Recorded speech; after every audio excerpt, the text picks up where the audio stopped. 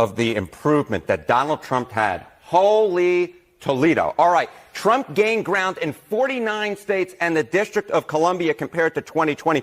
I went back to the record books. When was the last time a party gained in so many different places? You have to go all the way back to 1992 when Bill Clinton improved upon Michael Dukakis's performance in 49 states, plus the District of Columbia. The bottom line is no matter where you looked on the map, Kate Baldwin, no matter where you looked, Donald Trump was improving on where he did 4 years ago, except for Washington State. It is no wonder that at this particular point, he looks like he's going to be the first Republican to win the popular vote since George W. Bush back in 2004. And to pull that off, he gained ground with groups that Republicans do not generally count as part of their winning coalition or really at all. How much ground did he gain? Yeah, holy Toledo. It's just like, oh, my goodness gracious. These are the types of groups that you would never have thought that Donald Trump would have gained so much support among 8 years ago when he first won against Hillary Clinton. Trump's was the best GOP showing among 18 to 29-year-olds in 20. Let's stop Harry for a second and let's just go ahead and say, welcome to Inside the Numbers with the People's Pundit. I'm your host, Rich Maris, the People's Pundit. If you like the videos, don't forget to like them and share them far and wide. All right.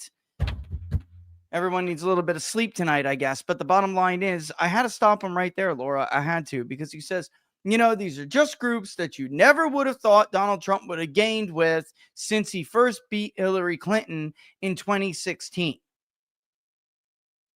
Really? Before we go over some of the polling and how close, I got to do this. Like, I got to dance around a little bit.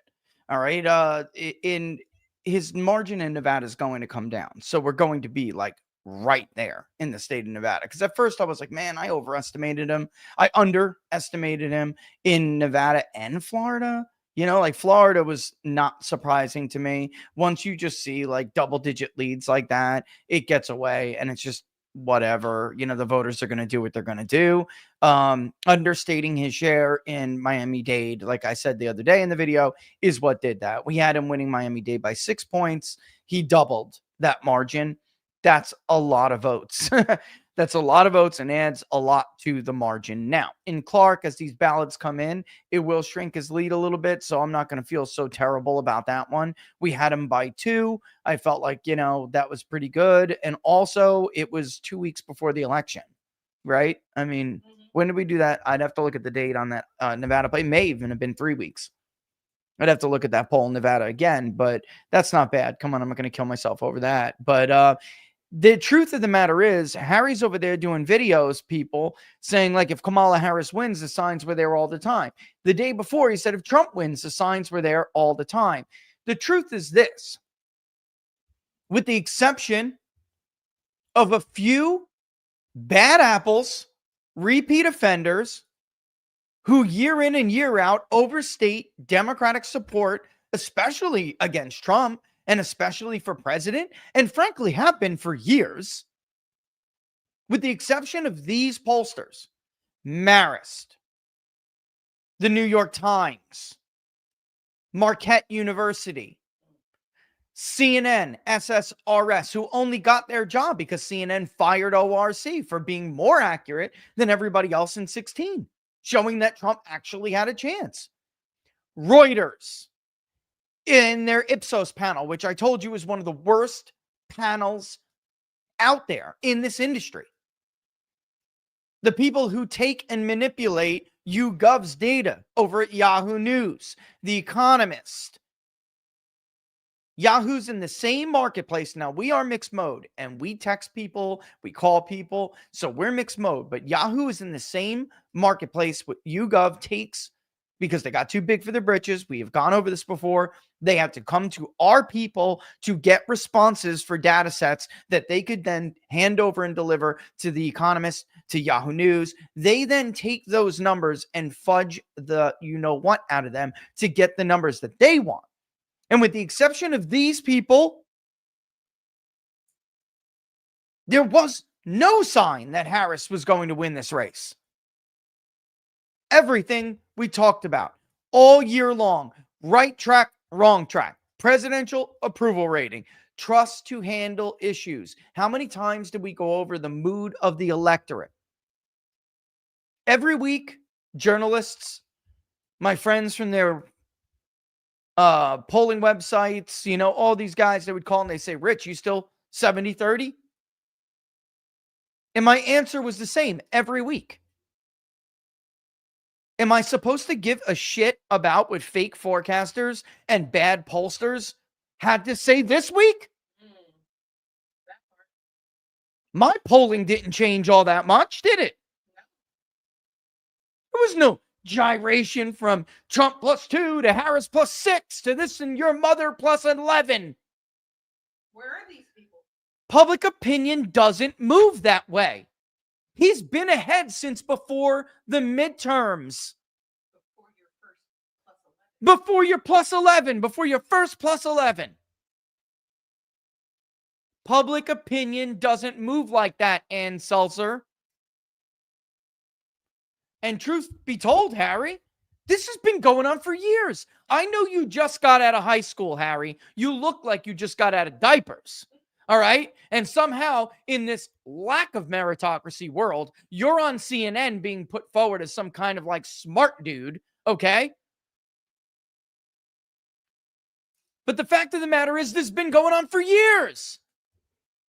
This is Donald Trump's non-white vote share, as has been measured by Big Data Poll and affiliated groups, because that back then it was known as another name when we polled for the People's Pundit election forecast, okay? It was known as a different thing, still under PBD Ventures, whatever. This is how we have seen it since 2016 when the man first came on the scene. You can very clearly see in the beginning, certainly doing better than Mitt Romney did with black voters, but nothing massively impressive here. Okay. What else?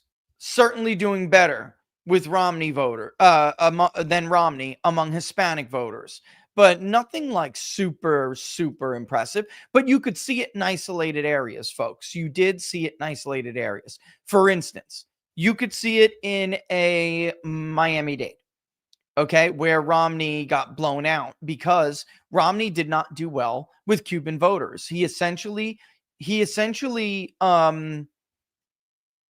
tied Barack Obama among Cuban voters. Not a big deal here. Nothing huge. That's all he did. He was a flat out tie and got, blown out even in Miami-Dade. All right? Even in Miami-Dade. And then Trump comes along and Trump takes back certain elements that had voted Republican in the past, Cuban voters, et cetera, et cetera. There's something else going on, honestly, in Florida because throughout the 2020, leading up to the 2020 election, you could see all these new naturalized Venezuelans. They were super Trumpy, 75-25. And you could see his increase among black voters, specifically due to black men. And we did not measure that much of an increase among black women. However, he did go from very low single digits to about 8% with black women. And nobody saw that. Nobody saw that coming. So what happened? From 20 to 24, the trend continues. And you really see movement, big movement among black men, but also black women. And it came to fruition. So this idea like, oh, you'd never think you would do that well with that is a load of crap. You would only think that if you're some academic pollster who's in Enton's aggregate. The fact of the matter is, a lot of these people are going to have to go away if you want anything better out of this industry. It looks like I have some backup. You know what? Let's try to get Andre on. It looks like I'm finally getting some more backup here. Robert Cahaly has always been very quiet. Jim Lee was loud, and then I don't know what happened, and he vanished. And I'm talking about Susquehanna. He vanished from the public light, reappeared during the primary in 2020 to parrot all of the same talking points that we heard from left-wing pollsters that wanted Ron DeSantis to win, that weren't true. It doesn't matter who you want to win. The fact of the matter is it was not true. They made fun of us. They mocked us. They smeared us. Trump isn't doing that well with black voters. This is ridiculous. Sure, he'd never do this well with Hispanic voters. That's ridiculous. He's losing the white vote, and that should be your concern. Well, my concern has nothing to do with it. The data is all that has to do with anything. That's what the data said. Young voters. That's ridiculous. Joe Biden won young voters by 33 points. So what? Nothing lasts forever. Do you not know how to pick up on a trend? Because if you don't, then you really have no business being a pollster.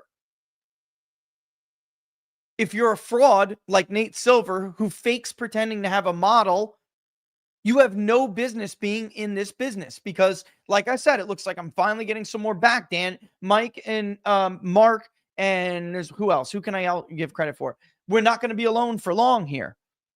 You have, and Qantas is new though, but like Andre has been around for a while. They have always made fun of Andre too at Atlas Intel, and Andre, you did a fantastic job this year. But it looks like he's going after Elliot Morris like me. He's going after Nate Silver like me. The fact of the matter is, this is what you guys out there need to know. They don't incentivize us to tell the truth. They incentivize us to herd and to overstate Democratic support. That is what they do. What do I mean by that? If you are too much... Okay, if your results are too Trumpy or too Republican compared to other polls, that is how they calculate your House bias, your House lean. They have, like Nate Silver gave me when he was at 538, a lean of like, and I had to go back and look, it was like 6.7 or something. It meant not that I overstate Republican support by 6.7%. Although if you're looking at his cheesy ass pollster scorecard, that's what it looks like he's saying. But that's not what he's saying. What he's saying is Rich is 6.7 points more Republican than other pollsters. Who gives a damn? How far off of the actual result am I? How far off of the actual result was Mark Mitchell? Was Mark too Republican from the actual result? Because they're going to keep giving Rasmussen a Republican lean bias, a house effect after this election, even though Mark, little overstate. I think he's going to have overstated Trump by about a point, the popular vote, but he's going to understate him in these swing states. Michigan, Harris +1. But Mark will get a lean Republican rating after this election. They incentivize you to herd with everybody else because the media university and the media and university polls, they are too liberal. And they use them as the standard because they're given this false sense of credibility that they haven't earned, they don't deserve, and doesn't get borne out every election we have. It just isn't there. They are always wrong. They are always too liberal. It has always been the case. Maybe you can find an exception here, there, anywhere, whatever. But especially in presidential elections, that has been the case since I was like 20 years old. All right. And it's gotten worse, much worse. Murray doesn't even exit poll anymore because of this. He's been talking about these problems since 2004 at least. He knew he screwed up again in 2004, and he was not happy with it. It's like a lot of these old school guys, they're out. Lydia Syed at Gallup, okay? They're not doing it anymore because they don't feel comfortable enough in the industry to give you election projections, they give you vote shares, not only because it's become so difficult, but because they're not incentivized to give you the truth. So instead, what did Gallup do? Gallup said, I'm sorry, but this doesn't look good for Kamala Harris. Barnes and I told you, look at the track record with Gallup. The truth is, Gallup is kind of still the gold standard. I wish I missed them. I wish they would still poll because they understated Barack Obama a little bit. It's the second miss they ever had, folks. The last time they missed was freaking Harry Truman. I'm not kidding. It's ridiculous. But they were chased out of the industry by a bunch of scam artists and con artists and an establishment or a status quo that doesn't incentivize you to do the best job you could do. So here instead, they're giving you alternative metrics, and they're going to come in at about, the delta is going to be about, well, no, the delta already is, but the delta, I don't want to confuse you with terminology here. Delta on this screen means the delta between Republican or Democrat and Republican. But the margin's going to end up being R plus 2, and the error is actually going to be about 1 point. Period. And his lead will shrink. As we get more votes in California and absentee ballots, it is very likely the lead will shrink to about 2 points. Right on the money. We're going to show you in a second. Right on the, we'll actually probably understate Trump by maybe 0.3 of a percentage point, but I'm good with that. And it actually depends on which metric you're looking at. If you're looking at the full ballot, then we really didn't at all. But if you look at the, if you end up looking at the, I'm sorry. The head to head is probably going to be exactly to the T, right on the money. But if you look at the full ballot, we have a little bit too high of share for third parties. That's something we're going to have to revisit. Not much, 0.5 point here, 0.2 of a point there. That's something we're going to have to revisit, and we'll look at it going forward. But yeah, we're going to, that difference is going to get us off probably by 0.3 of a point or so. But I'm okay with that. Considering how everyone else did. It's like week after week, day after day, going over this. This has been a pie that's been baking for years. And it exacerbated, and by the way, remember we talked throughout if you've been with us, don't be too hung up on, and there's an error there, right? It's a point higher with black votes. Didn't I say that? Laura, didn't I say there's something wrong with, there was an error with this? It was like 1 point or 0.5 point higher final. Yeah. Okay. Yeah, I rushed and I screwed up. I think the black vote share at the end is like, well, you're going to see it in a second. Locals, you already know because you have it's 17.8 on the full ballot. It's 23.1 on the head to head. He ended up, I think on this, let's look. It's 17.8. Am I looking at the right crosstab? No, I'm not. Again, get rid of this crosstab. This is the old crosstab. Get rid of it. It's driving me nuts. Let's look at race detail real quick. Let me just see.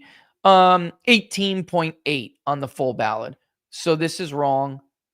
It says 17.8, which is closer to the actual real result, but I don't care. Final is the final, and that's what we gotta. You gotta own up to what you did. You know, I'm off by a point. I'm sorry. All right, but the chart needs to be real. I mean, the chart needs to be accurate, so it needs to reflect the real number. So, the Hispanic vote is right though. But where am I going with all of this? Do you remember we talked about how in the polling we would see these like spikes in his share of the non-white support, and then it would recede, but then it would keep going and going and going. It would spike and it would recede, but the trend overall was just this increasing, very steady trend, and that happened at the end to us as well. And actually, you're going to see it pop back up just a hair with black voters. Hispanic voters is accurate. 43.5 was our final number with Hispanic voters. All right. So, Harry and all the rest of them acting like this, like came out of the blue, unbelievable. Just ridiculous. What was I talking about with them being? We'll get into some of that. The fact of the matter is, and listen, if you're Republicans, you better get on the phone right now with your senators and make calls, bust their balls. I kid you not. This has to be like you do when you handle an election. If you don't want a repeat of 2016, John Thune cannot be the Senate majority leader. John Cornyn is a traitor. I watched him get stuff literally thrown at him at an event. People hate him except for the military-industrial complex. Both men were actually praising the persecution of January 6 prisoners They're both warmongers. They're neocons. It's going to be very difficult. Rick Scott doesn't have the votes because people don't understand what these results mean that we're looking at on this map, which I'm going to show you in a second. The depth of this man's mandate. I'm going to let Harry finish his clip because that's what this is about. He goes over some of these things, but I mean, folks, this is a much bigger win than 2016, and I'm going to argue that this is a bigger mandate win, a bigger statement by the American public than Barack Obama's win in 2008. Okay. And before you go, oh my God, but he won more electoral votes. He did, in a economy that was already in a crash amid two very unpopular wars that were actually conventional wars. And also, there's a difference. And with the caveat that everyone knew John McCain was going to lose, and a bunch of white, like, guilt Republicans decided, since McCain's going to lose anyway, I'm going to vote for the first black man for president. And I want to be a part of history, some people thought. But his support wasn't real. That support for him was not real. With Donald Trump, everybody knew everything they ever needed to know about him, or ever would know about him. He was indicted more times than John Gotti and the Black Hand of Death in that district combined. They tried to destroy his businesses. They tried to destroy his family. They tried to destroy his supporters' lives, throw them in jail, disbar lawyers who stood up for him. Like, this is a way, way, way bigger statement because of what was on the line and how much we've been through in the last, let's call it, nearly a decade. And knowing everything, the American public, they knew. They caught on. And he, as Harry said, I think one of the biggest stats, which Harry straight stole from my Twitter feed, by the way. I don't think this guy can think on his own. Chris Solis has had actually some, which I cannot believe I'm saying. Chris Solis has had some very good observations. He seems to get it. But I don't think some of these other guys get it. And I don't really think they're very smart at all. We're going to mock one of them very shortly. They're plagiarists. They scroll my Twitter feed. Nate Silver used to do it all the time. Dave Wasserman used to do it all the time. Notice he was quiet this election. There's two reasons Dave Wasserman was quiet most of election night. One, his side was losing and losing badly. And he's not an analyst who comes out and gives objective takes. Notice, that's all you need to know. You ask yourself whether these guys are propagandists or not. Do I disappear if one party is losing? No. They vanish when Democrats lose. It's like all of a sudden you don't need any guidance or analysis. Of course. We're on there telling you why Republicans are losing. We're on there telling you why Democrats are losing. We don't just go poof, goodbye. And then there's another reason Dave Wasserman wasn't on Twitter and had no presence. I wasn't tweeting that much. I did it on purpose. I said, people, I'll do some here and there, but people are watching the stream. They're not here to watch me tweet. So I'm not doing that this election cycle. And secondly, I want to see if Dave Wasserman can think on his own for once. Because it's been years that Laura and I, and we've told others to do it, watch Dave Wasserman's feed, and you will see that he is always saying the same thing 30 seconds, 2 minutes after I'm saying it. Always. And I got tired of it. All right. Let's let Harry finish this. But I'm going to argue that in fact, is the case. That this is a bigger landslide than Obama. And in fact, it's a bigger landslide than Herbert Walker Bush, too. You have to go back to 84 for a mandate like this. Because 2008, again, for all the reasons I just said, and then also for Bush in 88, nobody wanted to vote for Bush. Bush was going to lose until Ronald Reagan went to the convention and said, vote for him. He's my guy. And they were like, oh, all right, Ronnie, one more for you. They did. Nobody wanted Herbert Walker Bush and his friggin' gold watch, Mr. CIA. And you could see it. He started losing states immediately. Well, it looks like a blowout, but it's not. Ronald Reagan won New Jersey. Ronald Reagan won Wisconsin. Ronald Reagan won New York. And frankly, since he passed the damn party over to Herbert Walker Bush, Republicans, until Donald Trump, were like the Jews in the wilderness, man. And Donald Trump led them back. And that's where we are right now. I mean, what a gross overperformance by Donald Trump compared to these lackeys. And we told you he was running ahead of them. And Sam Brown did not have his election stolen from him in Nevada by Clark County. Sam Brown ran too damn far behind Donald Trump in Washoe and Clark. It's that simple. And it's not even Sam Brown's fault. Democrats, you're disgusting for your memes, by the way. The man gets disfigured and wore, and you're posting memes with that freaking movie with Cher and the guy with elephant's disease. You're disgusting pieces of shit, and you should be ashamed of yourself. That's gross. Gross. You never stood up for anything in your lives. Just totally classless. You never put your life and you're on the line for anything in your lives. And you would do stuff like that. It's disgusting. Anyway, it works, unfortunately. But also, John Thune, Mitch McConnell, that entire wing, they didn't spend a dime, barely gave anything. They gave him like allowance for doing the laundry, folks. They gave Kerry Lake nothing. Dave McCormick and Eric Hovda, they had to spend their own money and raise their own money. Rogers got some. He did. He was helped. Why? Rogers is deep state. Also, by the way, why did he lose? I don't know. Why don't you go compare the margins in Monroe, Macomb, Saginaw, Genesee? Go look at them. How many black votes did Rogers get in that precinct Trump actually won the early vote in Detroit? How many? Huh? You break. You lost because you suck. That's why you lost. You lost because since this man came down the golden escalator, you've been doing everything in your power to subvert him. And all of these young voters, you're going to hear Harry talk about, all of these Hispanic voters, but they don't trust you. These young black men, 34% in Texas. Booyah.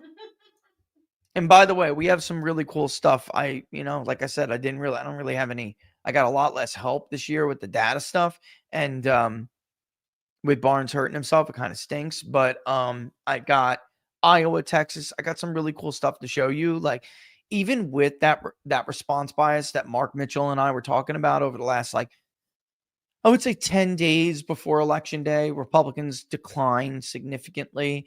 Which, by the way, Mitchell over in Michigan, you got spooked, bro. Now look at you. You got spooked. You had the right results. You went back in the field because you got spooked. You hurted. You got bullied. You punked, bro. You punked. You had the right result in Michigan and you punked out.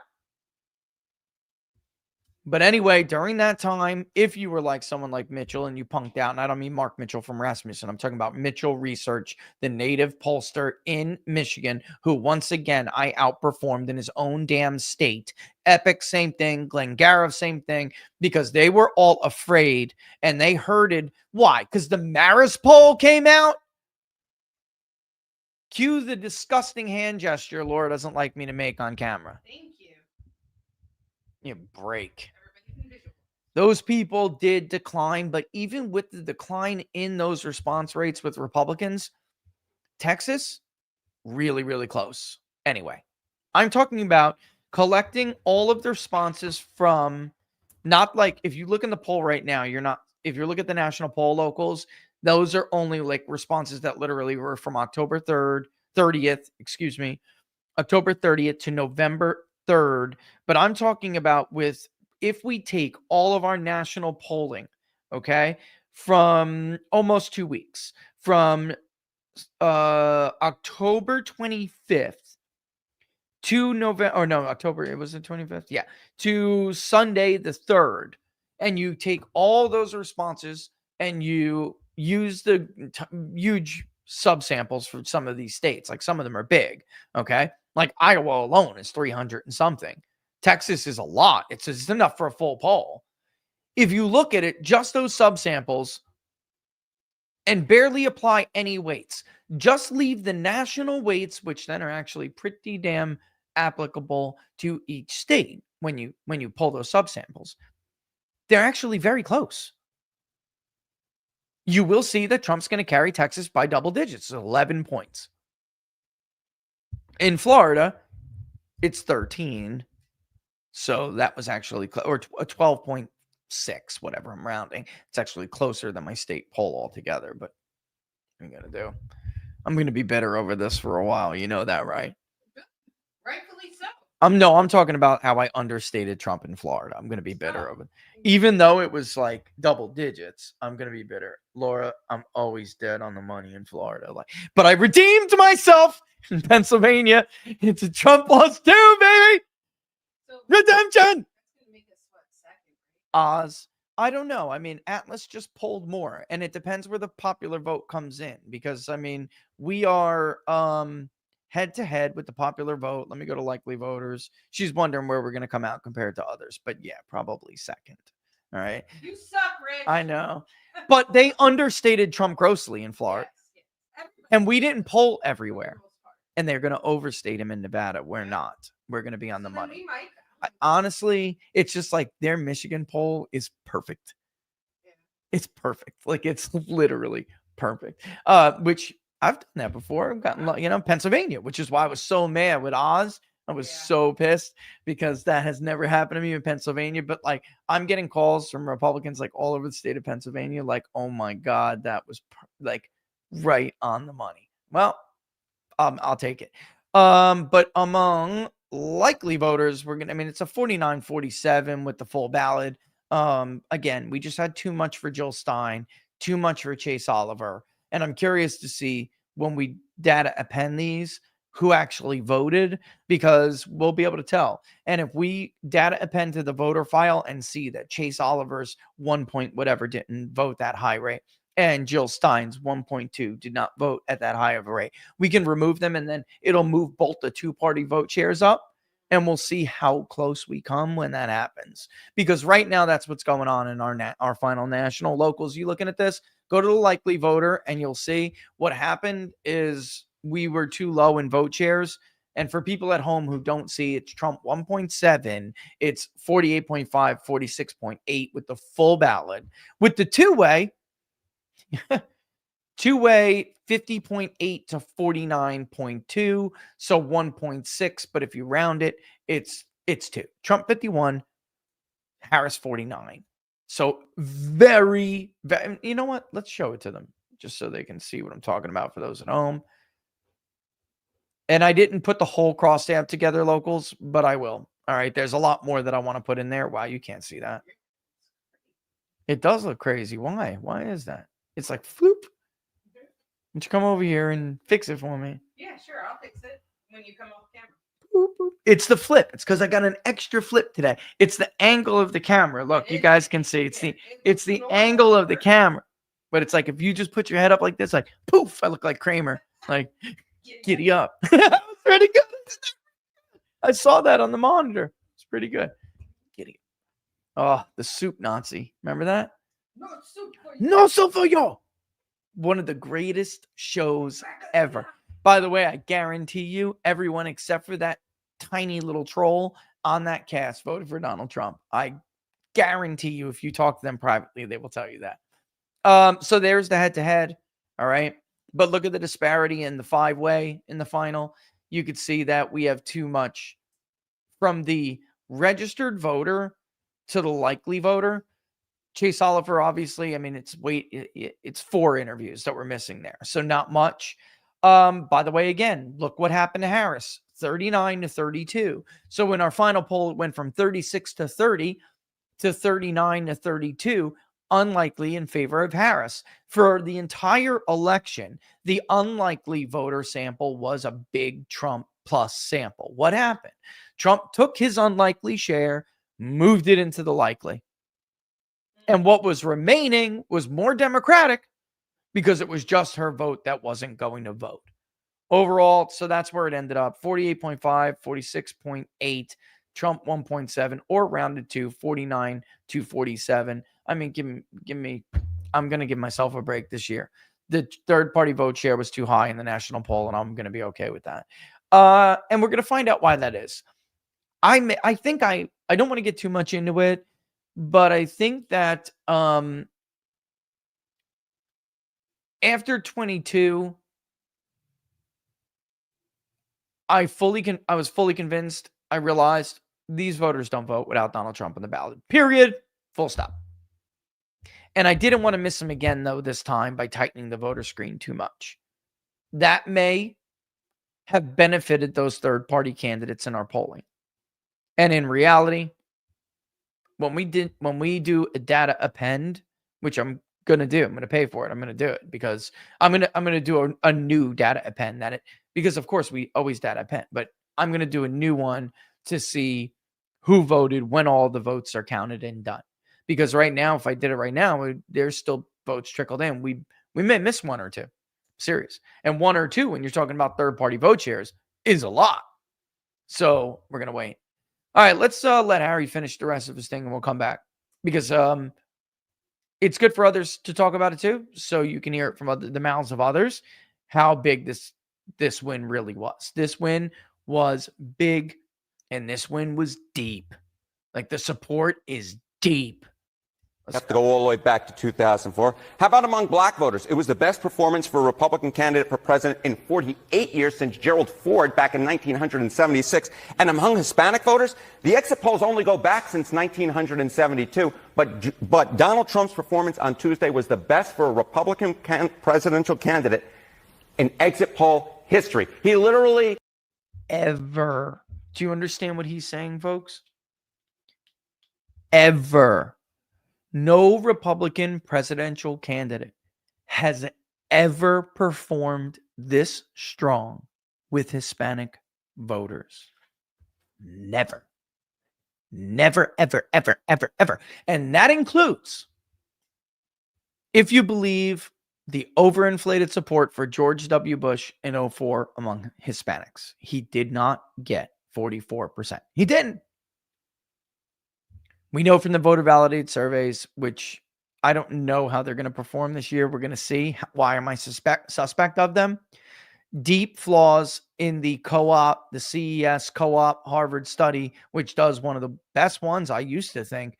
They were doing 75,000 interviews that I saw before the election. It looked totally different than my polling. Folks, it had Trump up in Florida and Texas by 4. Oh, yeah. 4. So I'm really, really concerned and skeptical about the co-op this year, and I'm not looking forward to it. I'm going to probably wind up giving more weight to the census study and Pew Research's study because Pew was closer. Pew had a Harris +1 final, but that was like early October. Although, suspect. You suspect, right? To use Ben Affleck's words. You suspect. Why did you not dump a final poll this time, everyone? Until Maris says they're doing a final, they drop a final, and then they drop another final. So they drop a Harris +1, and then in the final week, not even the final week, Monday before the election, Harris +4. You suspect. What's going on with Harry here? Harry. I think you need a couple more years under your belt, Harry. I do. I think you have promise, but I think you're young and you're lefty and you're young and you're in like this easily influenced position. Yeah. You knew the deal, Harry. You knew the deal. You were given copium because that was your, and your blinders were on because you live in a cubicle, bro. And it's also their fault for using him. They use him, of course. Of course. In his hubris. He's a kid, dude, compared to us. Yeah. He's a kid. Goes all the way back through history and breaks history. This is what we're talking about, Kate Baldwin. groups that you never thought that Donald Trump would do well among, even for a Republican candidate. That is what he did. If the 2016 election was about Donald Trump breaking through with white working class voters, this election was about breaking through and going to that Democratic coalition and tearing it apart. And it wasn't just this, what he did for his own support. It trickled down to helping the Senate and helping in the House. This, Laura, I just got to stop because she's totally right. She's over here on the side and she's going, look at this woman. She's totally lost.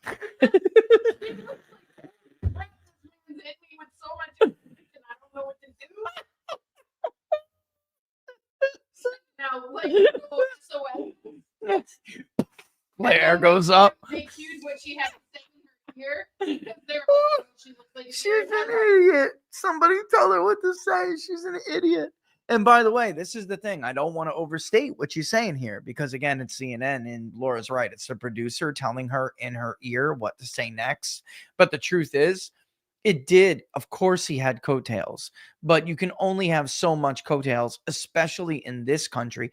Republicans only deserved so much coattails. We have been talking about this, guys, for going on 2 years during this whole cycle. A presidential cycle is not a 1 year, 6 month event. You know that. All of this starts to get borne out. Excuse me. All of this starts to get borne out, while we're going through leading up to the primaries. And the fact of the matter is, how the party behaves matters. It matters. All right. So Trump navigated the abortion issue like a champion.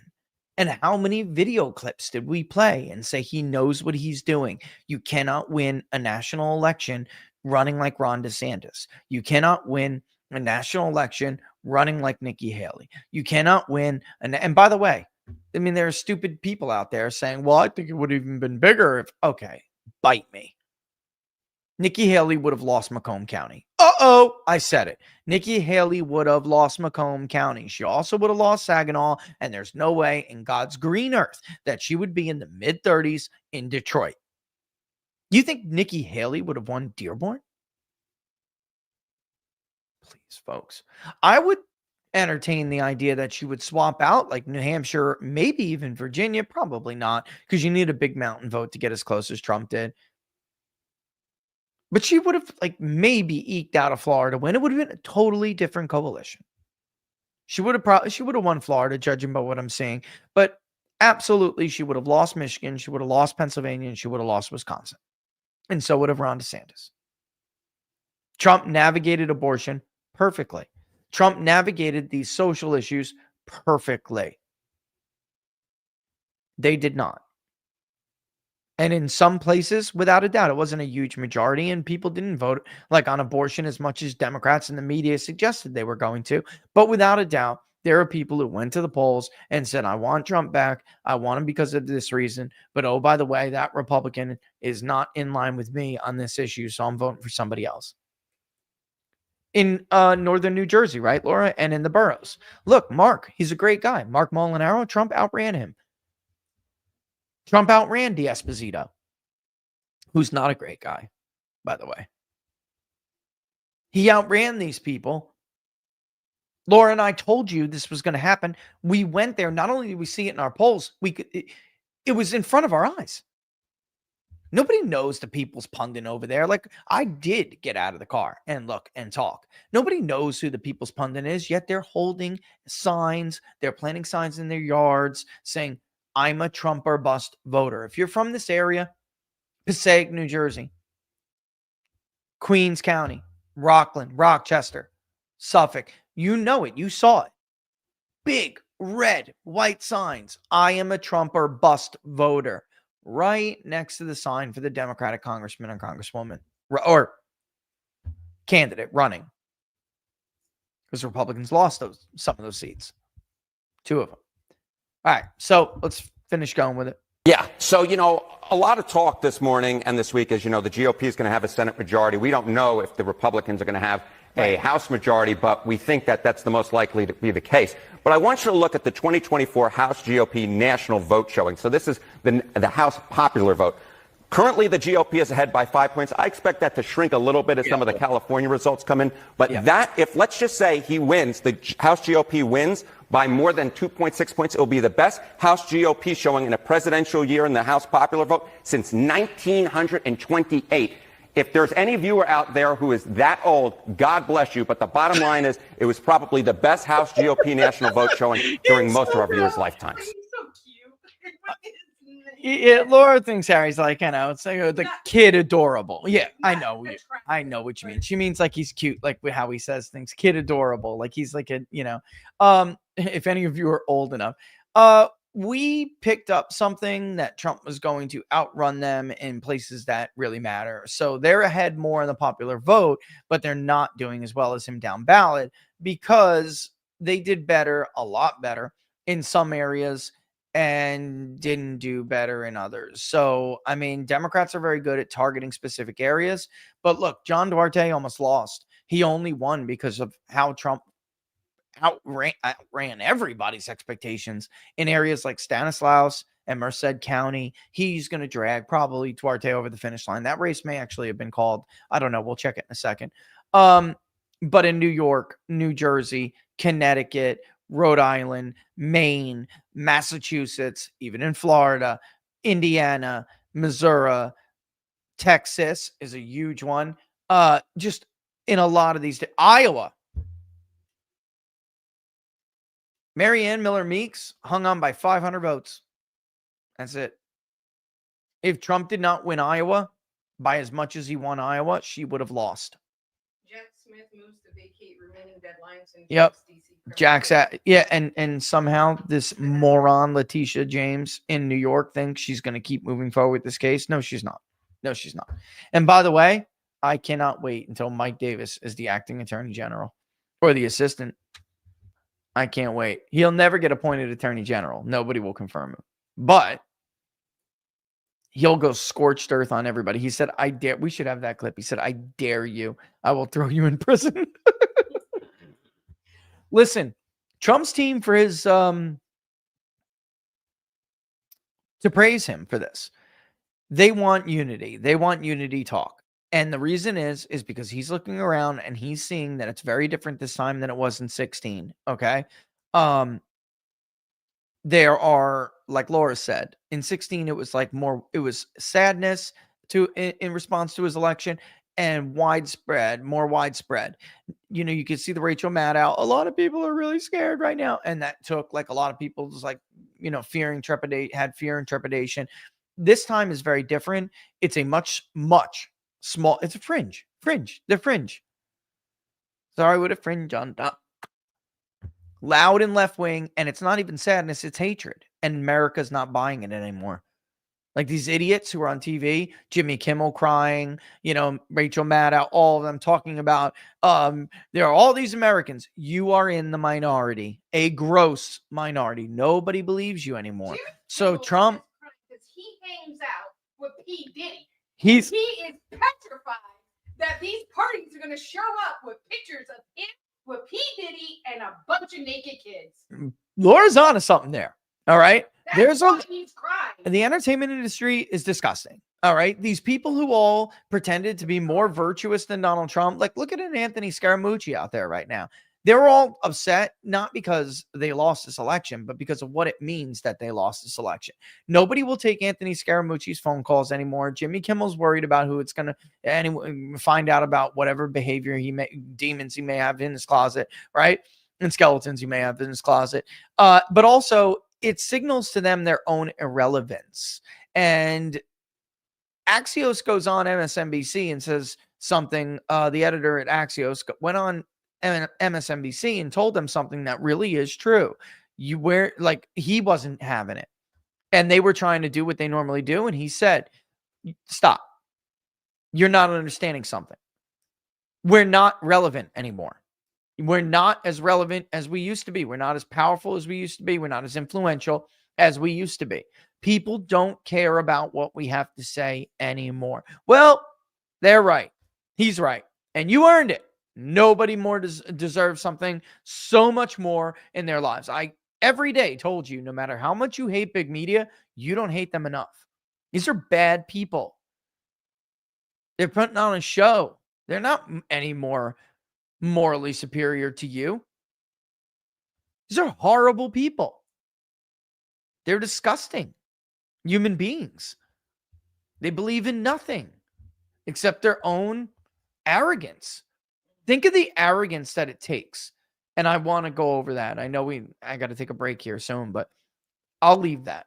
I got to go over Ann Selzer's response, and I got to shred her to pieces, but I'm going to wait. All right, let's end with Harry here. I just want to bring up before I do take a break, I want to end with this before we get more into their ridiculous response and how they're not really comprehending how deep of a win this was.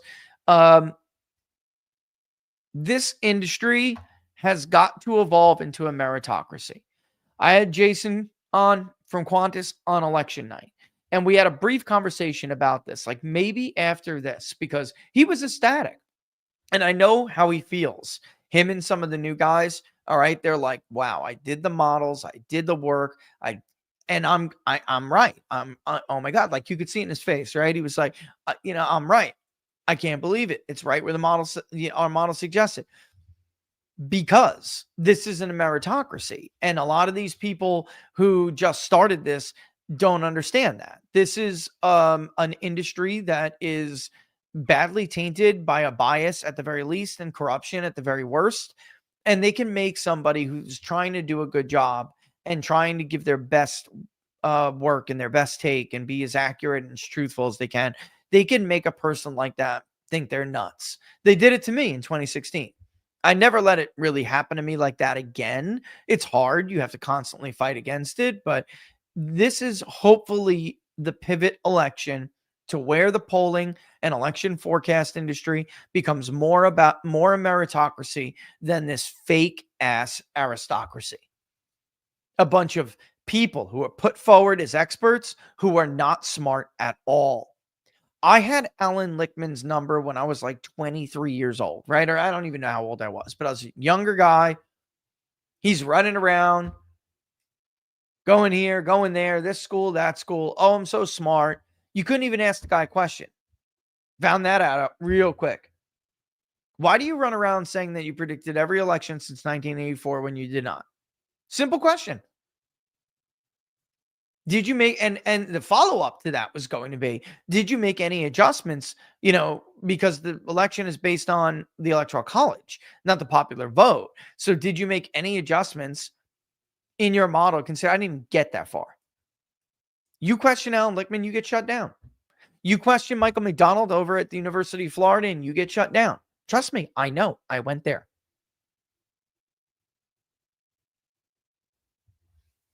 It has never been an honest and open dialogue. It is always, and I don't really care what the motivation is, but it has always been about making Democrats look better. Watching his project at UF. Watching Larry Sabato's tiny crystal balls at the University of Virginia. Watching Alan Lichtman over and over and over. It's like, without any academic review, without any ability to challenge. That's what academia is supposed to be all about. That's why I'm where I am right now. That's why I am who I am right now. It was so clear. Anyone with a fair mind could see these are not real academics in pursuit of the truth. These are partisans who at the very least have their blinders on, and it's clouding their judgment. And at the very worst, they're just corrupt. And in between all of it, and it could be end or it could just be both. It doesn't really matter, does it? Because at the end of the day, they're not smart. These are not smart people. They think they're smart. Everyone treats them like they're smart, but they're really not smart. And I'm going to show you a clip right now to prove it to you. To be honest with you. You're nuts, dude. You're nuts. I know, I can't. You're nuts. But not based on the vote, but based on how far ahead she is compared to Biden. Okay. Still giving New York Times. Okay, stop. And the guy who's right there, credit to the TikToker who put it up. Alan Lichtman is over there saying they're looking at the exit polls. They're looking at the votes coming in. and they're looking at the New York Times model. And Alan Lichtman is like saying there's no way Harris is going to carry Pennsylvania easily. I don't see it, he keeps saying, right? Based on the vote, she's so far ahead of Biden. Okay. He's stupid. There's no other explanation. He is not smart. He's not a smart man. And maybe if he is, he's smart about something else. Maybe he's a historian. He's smart about, he knows things about history, but he is not smart about psephology, election forecasting, election modeling. He's too dumb to realize more Republicans voted this time.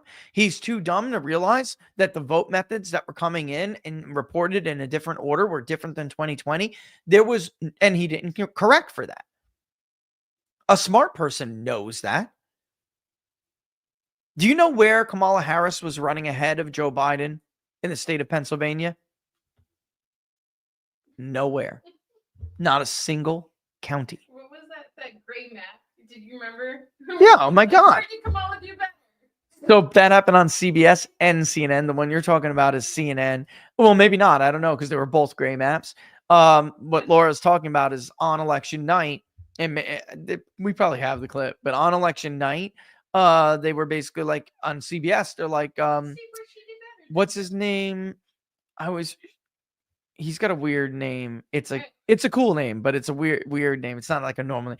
And they're like, show us where Kamala's running ahead. And he goes, He touches the button and the map. that's CNN. Right. That's CNN, because it's already up on CBS. And he's just like going like this with his hands, like move on, because there was no counties that they could point to. I'm not talking about in Pennsylvania. I'm talking about anywhere. And specifically, and then CNN, they're like, Jake Tapper's face. He's just like, oh. That's when Jake Tapper really realized it was over, because they thought Trump would do better in Western Pennsylvania, but lose more in the suburbs. And that did not happen. We had Dave Galuch on election night. He ran in Pennsylvania's 5th congressional district and lost. It's a very Democratic district. But we were talking off camera, talking on the phones, messaging, whatnot. And he's like, you're right. She's not doing better anywhere, because going into it, I was trying to make the argument to a lot of people that in our polling data, it actually does not show that he's doing worse with white college grads. It just wasn't true. It wasn't true. By the way, not only did she not hit 60%, Ron Brownstein, with college whites, she didn't even hit 60% with college female whites. Oops. All right, so let's finish this. And On a slight edge. In Pennsylvania. Yeah, I don't see it. I don't see it. I think she's going to win Pennsylvania, despite what the New York Times is projecting. Yeah, they don't know what they're talking about. I don't see That time. how she doesn't win Pennsylvania, I agree. because he won Pennsylvania and she's doing better. Don't get too wrapped up in the New York Times projection. I don't even know if they're mathematically sound. Don't get. Oh my God. Okay. I could actually explain to you how the forecast for the New York Times works, because they stole the needle from us from back in the day. Do you remember that, Laura? They stole the needle from us, and we don't have the budget to compete. So we didn't even keep doing it after 2018, but we had the needle first. It was connected to high charts. Barnes and I were taking a trip down memory lane about this the other day. And then I used to have to input it into Google spreadsheets manually. And then high charts would update like every 30 or 60 seconds with an API call. But what they're doing is comparing what Biden's margin was. They have estimated votes that were cast in each county and every area, and they're comparing the shift. And then they're using like a general weight model on what the electorate is supposed to be. I think they're using exit polls for that as well. And then as the night goes on, because we did, and then as the night goes on, you get more data and you replace what you think you know with what you know. So the model gets more accurate as the night goes on. And it's done using a very complicated JavaScript that already has all of this stuff inputted into it, and an API call, and it changes and moves as votes come in, right? So if you know that she needs to do 85-15 in Philadelphia, all right, and it comes in and Trump is at 19, the needle is going to move, all right? I'm trying to be very basic here, but if you know Trump won Macomb County by 12 points last time, but he's now winning Macomb County by 16 points, the needle's going to move. All right. So the idea that they have no idea what they're doing. Look, can they be off? Sure. They've been off before. And when it's needling between 0.1 or 0.2, the margin for error is very high. There's a very high error rate. But once we start to get more votes, by the time they're looking at that map when he just said that, we had enough information to know that Trump was going to win Pennsylvania by at least a point, 1.4. That's where ours was going. Our projected vote share was going like 1.2, 1.4. As more came in and it became clear that there wasn't 700,000 votes in Philadelphia for her, then that needle started, that model started to expand out. All right. And the New York Times really no different. All right. So, but he's stupid. The point of all this is to show you he's not smart. Too wrapped up in them. I'm worried about everything. I still think she's going to win Pennsylvania, but Yeah, me too. What is looking iffy to you right now? the New York Times is projecting Trump to win all 3 of the blue all states. What? Yep. A lot of processing of mail ballots in Pennsylvania. Guys, living in 2020. Well, They not counting them until today. 49.3% for Bucks in Harris when it was 51 for Biden. Philadelphia 78 for Harris when it was 81 for Biden. Not good. Votes that are going to be counted tomorrow. Dad, there's not Oh going to my be that. God. There's Isn't But it's that probably many not going to be times. enough. Well, there may be other votes. Remember, overseas votes can come in late. Oh my God. Doesn't that count as provisional votes? Or Yes. no? Yes. It has to. That's counted Yes. in provisional Have to, votes. yeah. Yeah. He doesn't know. No. He doesn't What know, is Laura. the country coming to? This is the first Now it moment starts of the going to the night where blame. I've lost hope a little bit. Now we start blaming the Good thing American I have people. nothing to do tomorrow, Yeah, I took off work tomorrow. and I'm not doing any interviews. Good. Oh, I can't I'm imagine done why. with that. I Done with think that. she lost. I hate to say that because I've been hopeful all night, but I think she lost. I do too. Ta-da! He didn't know when the votes were even reported or in what order. He doesn't know that overseas ballots are in fact processed when the provisional ballots are processed. He doesn't know. He took him forever to realize she was underperforming Biden in blue areas. He's talking for, if you were watching that stream, for 2 hours, you were thinking there was some blue wave coming like in 2020 when there were all these ballots that were still yet to be processed and mail-in vote. The mail-in vote was counted first in Pennsylvania. I hope I did a good job preparing you guys and explaining to you guys how votes are processed in these states and especially in the states where it would be processed differently. And I told you, in fact, there would be a blue mirage in the beginning of the night. And that blue mirage, it depended how big of of margins they were that gave Harris any chance whatsoever. This guy is supposed to be a super accurate forecast modeler, and he doesn't even know what effing order the state of Pennsylvania counts their ballots in the year 2024.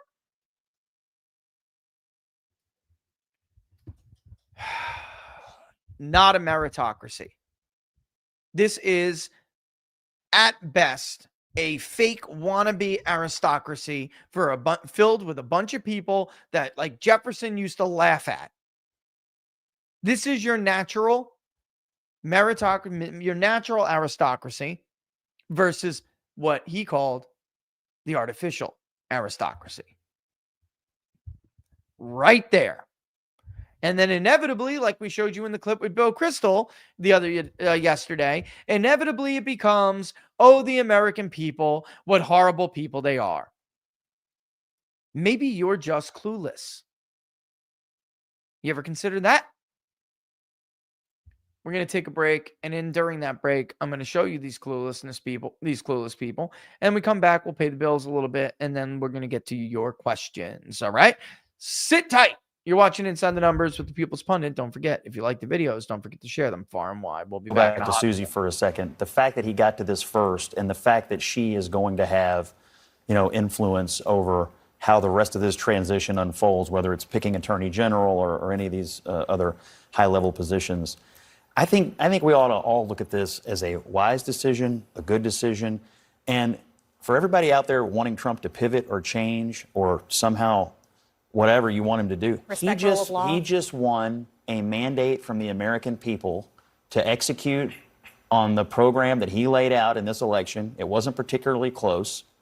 And I think he ought to put people in place who are going to do it. That's what the people go are after asking his for. enemies. I mean, that's not what he ran on. Yes, he did. It is explicitly That's not what he ran on. That's not what he ran on. Look at what he said in the past week. He literally said that he was going to exact vengeance. You still don't understand how you lost. Oh my He God. ran on Don't say immigration. me. I'm not a He ran on Democrat. He ran on immigration. right. He ran on inflation. I'm not here paid He to ran represent on- one of the many things he ran Sure. on in He addition ran, to he ran on events. the issues that people care about. He ran on the economy. He And ran on nobody's immigration. saying that he didn't run on those things, but he also ran on vengeance. Yes. He did also. I just got to pause it and clear this up. He said, and they tried to bait him into saying, he said the best vengeance that we could exact is to be successful as a country. All right. He never said he was going to take vengeance. And by the way, in response to what I was saying before, when, Trump wants unity, I'm talking about with people, but there are people that are in the ruling class that absolutely right. There's a difference. Thank you. McKay 6-man-1. There's a difference between justice and vengeance, right? And there will be people who are going to be held to account. For instance, his announcement yesterday, which I planned on playing, but we got to get to questions. But when he was talking about the reforms with the deep state, that is justice. That's not vengeance. also run on going after the people who went after him. And It journalists. was a key feature of all of his agenda. Yes, Scott, he said, literally said, I am your retribution. The Biden crime family, lock her up. Went after Sessions repeatedly for not doing what he wanted Sessions to do, which was to indict Hillary or whoever he wanted to You indict. can want his campaign. By the way, another fake conservative that used to act like a conservative on Fox News. You remember her? Another fake ass conservative who used to try to make money writing books, being on Fox News, sitting on the curvy couch and pretending like she was conservative. I told you guys, production news. Many of these people are not even real. They're the worst. Don't have any of heroes in the media because they will let you down. All right. Again, she just rattled off a ton of hoaxes. I am your retribution is for what they did to you in 2020, for what they did to you, unleashing a deadly virus to win an election and change election laws. All right. Get out of here, dude. Take a walk. Yeah, he's right. Scott's right. You still don't know why you lost. To have been about, tax reform and things like that. That is not what he said on the stump time after time after time. also He talked about going after his enemies. I'm heartened by the fact that the left still cannot Even figure if you this out. just took Yeah, the me- January 6th I part would of be it, too, dude. He made that a big part of his campaign, that he would, if he were in power, pardon those people. You can't say that that was not on the agenda. It absolutely was. What was the campaign about? Why did tens Okay, but do of you think that millions he's of going to do people- those other things when it comes to the Department of Justice? I don't know what he's going to do. I A don't big talk part to of the him. campaign I'm was being a victim. Like, that was a big part of it, was his victimhood. They're coming for you, but they're going to have to get through me. That was his whole line. That is all about the enemies list. That is all. I Yes, totally it is. disagree. The deep state. That's not. This is the stuff that he's You're talking about. on the enemies list. The American public is on an enemies list. What part of this are you not understanding, you 2-bit twit? Okay?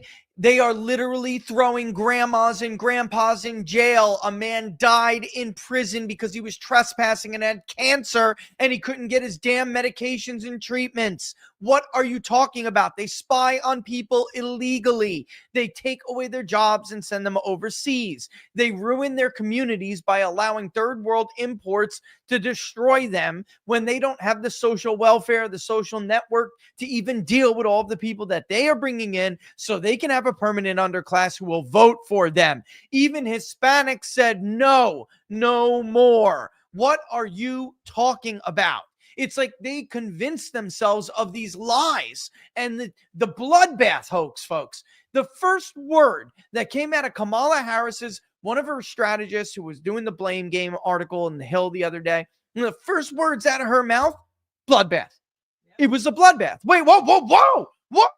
I thought you said bloodbath. Donald Trump was referring to killing a bunch of people if he wins the election. That's what the media told people. He, of course, was talking about the automobile industry, that if she and he win, then what on earth is going to happen to the automobile industry with electric car mandates? It's going to be a bloodbath. You can't even use words like that without them taking you out of context and saying things that they don't mean. Yet, the first thing they do is use those same damn words. And they should make you sick, Neil. If they make you sick now, they don't make you as sick as they should make you, because they're even worse than they look. And now I think Americans are going to see even more, to the point that they're not learning anything. They're going over anything. One of those focus group people that Mark was talking with on two-way, he was just like, they're just not getting it. They're just not getting it. Like, he voted for Trump. He was not a Trumper. He voted for Trump. He was tired of this, and they're just still not getting it. He's like, Mark, when are they going to get it? Mark is just like, they're not. And even when they pretend to, folks know something. They're lying. Right. They are lying. So when they try to pretend in 3 months, 6 months, whenever it may be, that Mark Penn's right, let's get more moderate, they're full of shit. They're radicals and fanatics, and they're unstable. Stump. Unless you just don't want to listen to him. Those are his own words. I listen plenty. Scott, if you believe that people who violated the Capitol on January 6th committed a crime, which I would hope you would, because they weren't invited in the way they claimed they were, right? They were not there. They didn't go through There's security. video. The rest of us have to go through. Okay, stop. There's literally video now, you twit. Literally video. And by the way, Trump has got to declassify all of this stuff. All of it. Everything he promised, he's got to make good on. I'm telling you. And that's the kind of thing, like, he wants unity now and wants people to heal now, but he absolutely intends to do their worst nightmare. So, but they just keep repeating lies, Laura, even when those lies are debunked. So why would you ever expect them to learn from an election if they can't learn from evidence? Like, I think we expect too much of them. And I think that they're a danger to our society. Yeah, the whole system's broken. They are broken. All right, let's just, I'll come back. We can laugh at them a little bit more in a little bit. But don't forget, you're watching Inside the Numbers with the People's Pundit. I'm your host, Rich Barris, the People's Pundit. Like the videos if you like them, and share them far and wide. And thanks to everybody, of course, who supported our work and the sponsors. Oh, by the way, don't donate to the Public Polling Project anymore. I mean, it doesn't matter if it's under it. There is some stuff that was underfunded. We're good. It's done. I mean, I know people are going to do it anyway because I told them not to. But once those bars hit the total of progress, it will stop you anyway. It's the best, right? The best thing you could do is just sign up on Locals. Come support us on Locals. All right. Come hang out. Come join the community, which it is. It's not like Twitter. It's not like an X, it's a community. It's cool. It's a conversation, right? So that's the best way you can go ahead and support us, especially in the long term, right? All right. Also, you can share the videos because algorithms and advertisements, unfortunately, make the world go around. All right. Let's pay the bills and we'll answer your questions. Look, the script's going to have to change now, Laura, but it's still, of course, the gold standard. Get it what I said? Yeah, what I did there? Oh, yeah.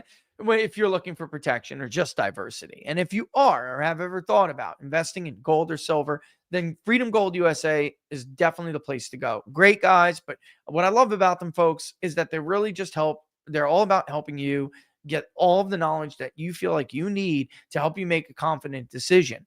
All right. Also, it's not a boiler room. No hard sell like some of these other places. And not for nothing, but some of them are just a little bit unrealistic with how much the threshold, the minimums that you need to get in. Most are like 50K, 20K, 10K. Even Freedom Gold is $5 normally, but not for watchers and listeners of the People's Pundit. It's all the way down now to just $500 to be able to get in at Freedom Gold. If you sign up or get a new gold, open a new gold or silver IRA, you're still going to get a $500 credit. It's incredible. All the while being thrown into a prize pool, someone wins free silver every month, which is unbelievable. We got to have him on, make some time to have him on because we do have some winners that we have to announce. All right.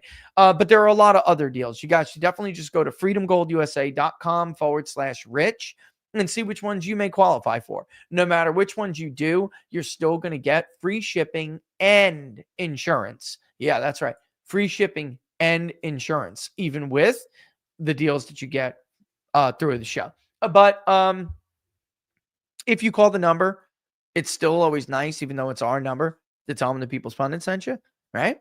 888-279-3592. 888-279-3592. Or freedomgoldusa.com/rich. When I get to the end of the year, whatever I may have that I think I need to do something with and invest in before that fiscal year, that tax year is over, I'll be going to Freedom Gold with it again. So nice guys. All right. More than that, though, like I said, a lot of boiler rooms out there. It's just true. All right. Let's go, Laura. Let's go. Starting from the top. Why does it take Arizona? Okay, let me stop this.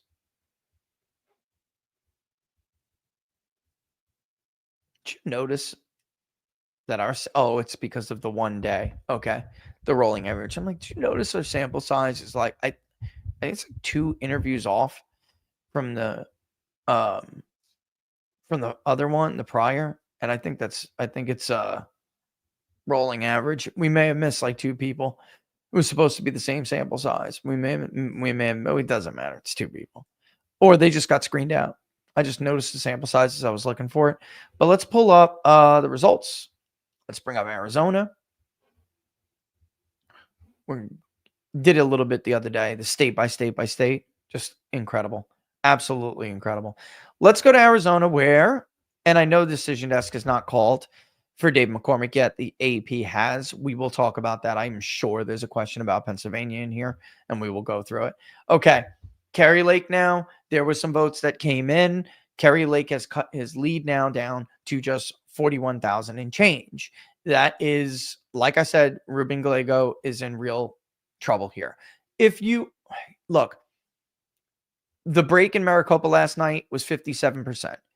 She's not going to do better as good, or at least she shouldn't, in the break that comes tonight, because partisan wise, it's a lot less Republican, or it's not even that it's less Republican, it's more independent. But the late arriving ballots went Republican, these independents. So she is hitting the margins that she needs to win. Okay. So she just can't have any, because there's a lot of votes in Pima left.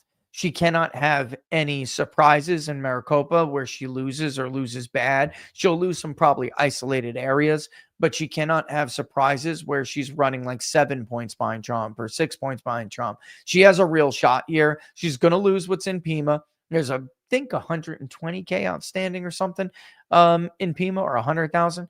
But Yavapai and Mojave can probably make that up as long as she does not lose Maricopa too badly. It is now a solid 4-point deficit for her in Maricopa.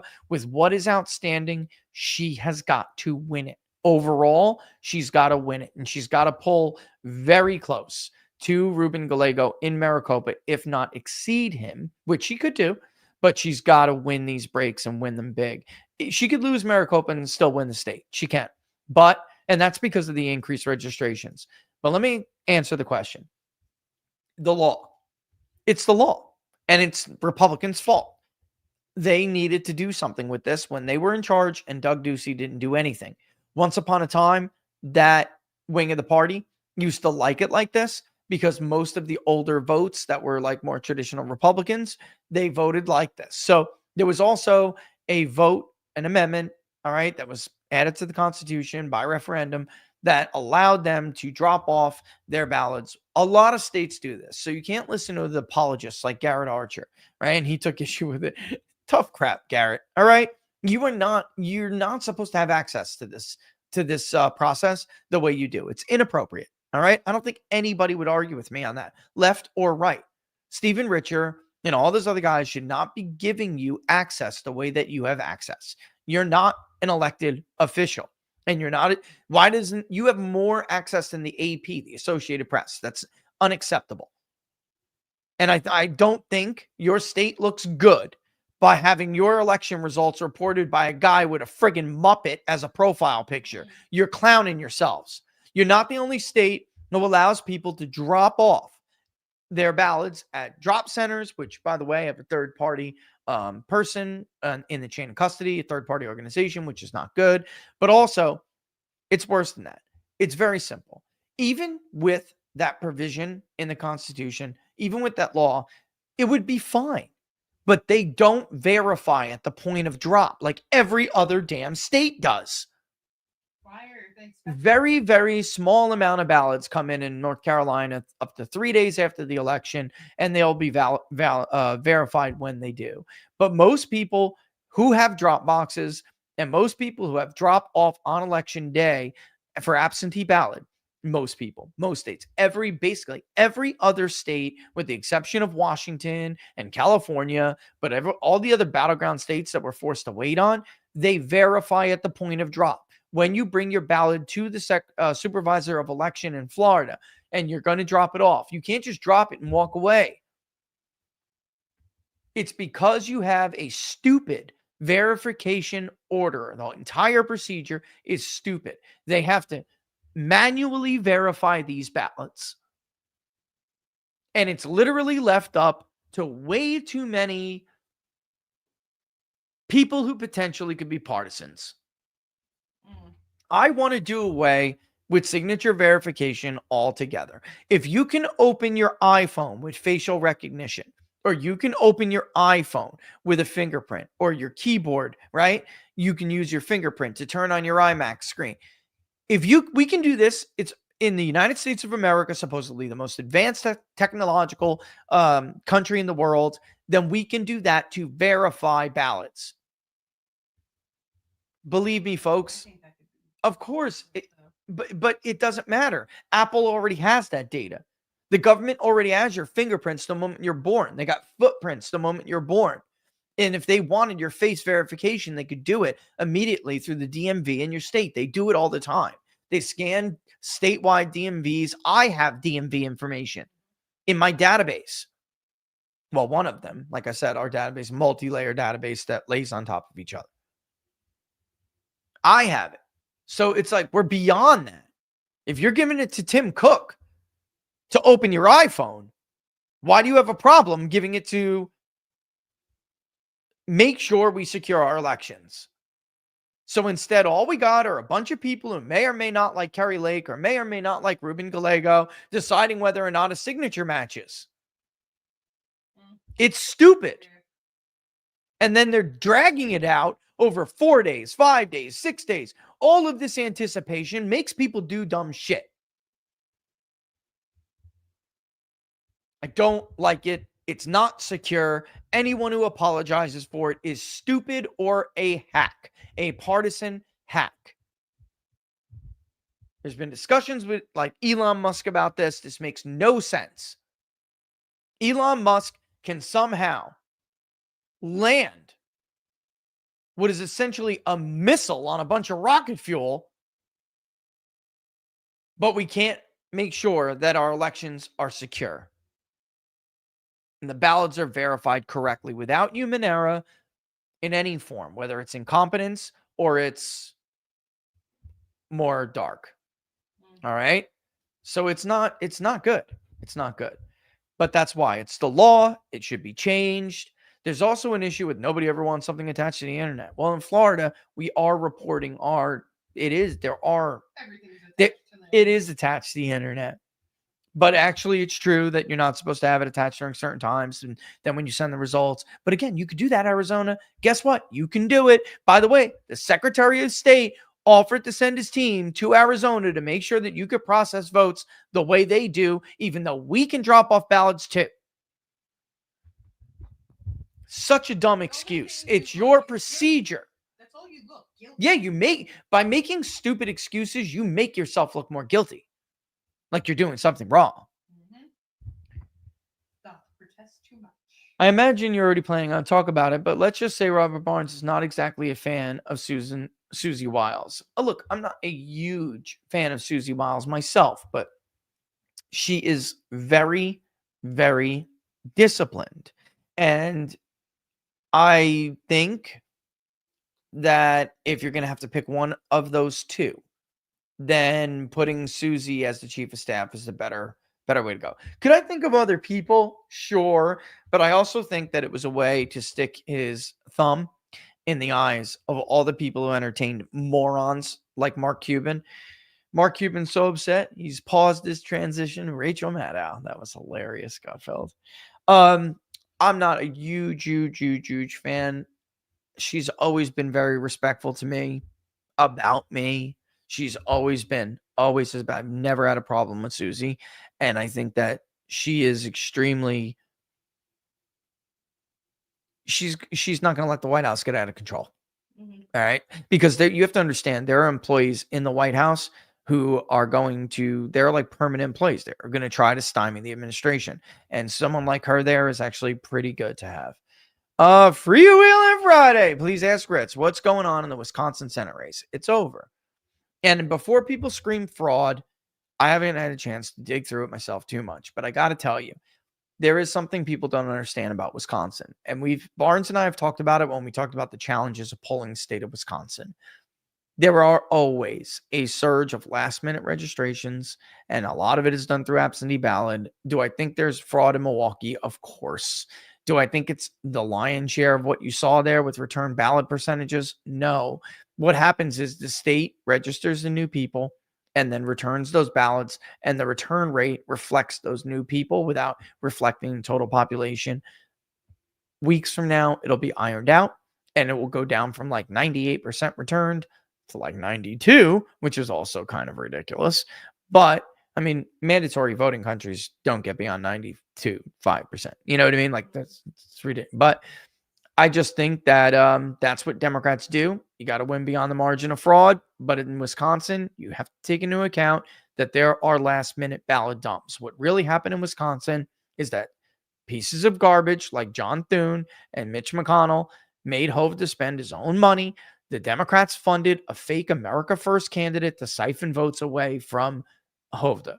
If that candidate was not there, Hovde would have won beyond the margin of fraud anyway. All right. But that's what happened. And they did nothing to help him. It's ridiculous. And then they only caught on to it being a problem later, which was just like at the last minute. Like they're morons. Again, yet another reason why John Thune or John Cornyn cannot be the Senate Majority Leader. And if they get the votes, you better start a pressure campaign to push their asses out. You should start it now. You should hold on, listen to me in the background right now while you call your senators. I am not kidding. Rick Scott is the only choice to tell the voters, I heard you, I understand. Otherwise, Thune is going to do everything in his power to stop the Trump agenda. He will. The guy is one of the biggest scumbags. Any reason to be concerned from Poso? Mark Elias is now deploying lawyers. Yeah, we know this. And we know it's generally in PA. Here's the thing. There's also more votes in Cambria County. The AP is called the raise. Decision Desk is not. And I can read you what their thing is. I tried to explain this to them, though. And I think they're just being cautious. And also, they don't want to look like D-riders. You know what I mean? Because the AP called it. Because they were considering calling it yesterday. Let me read you what they wrote.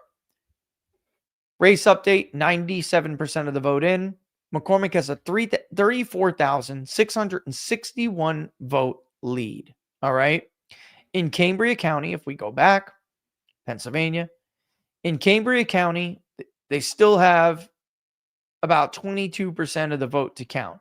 The lion's share of that vote is election day vote.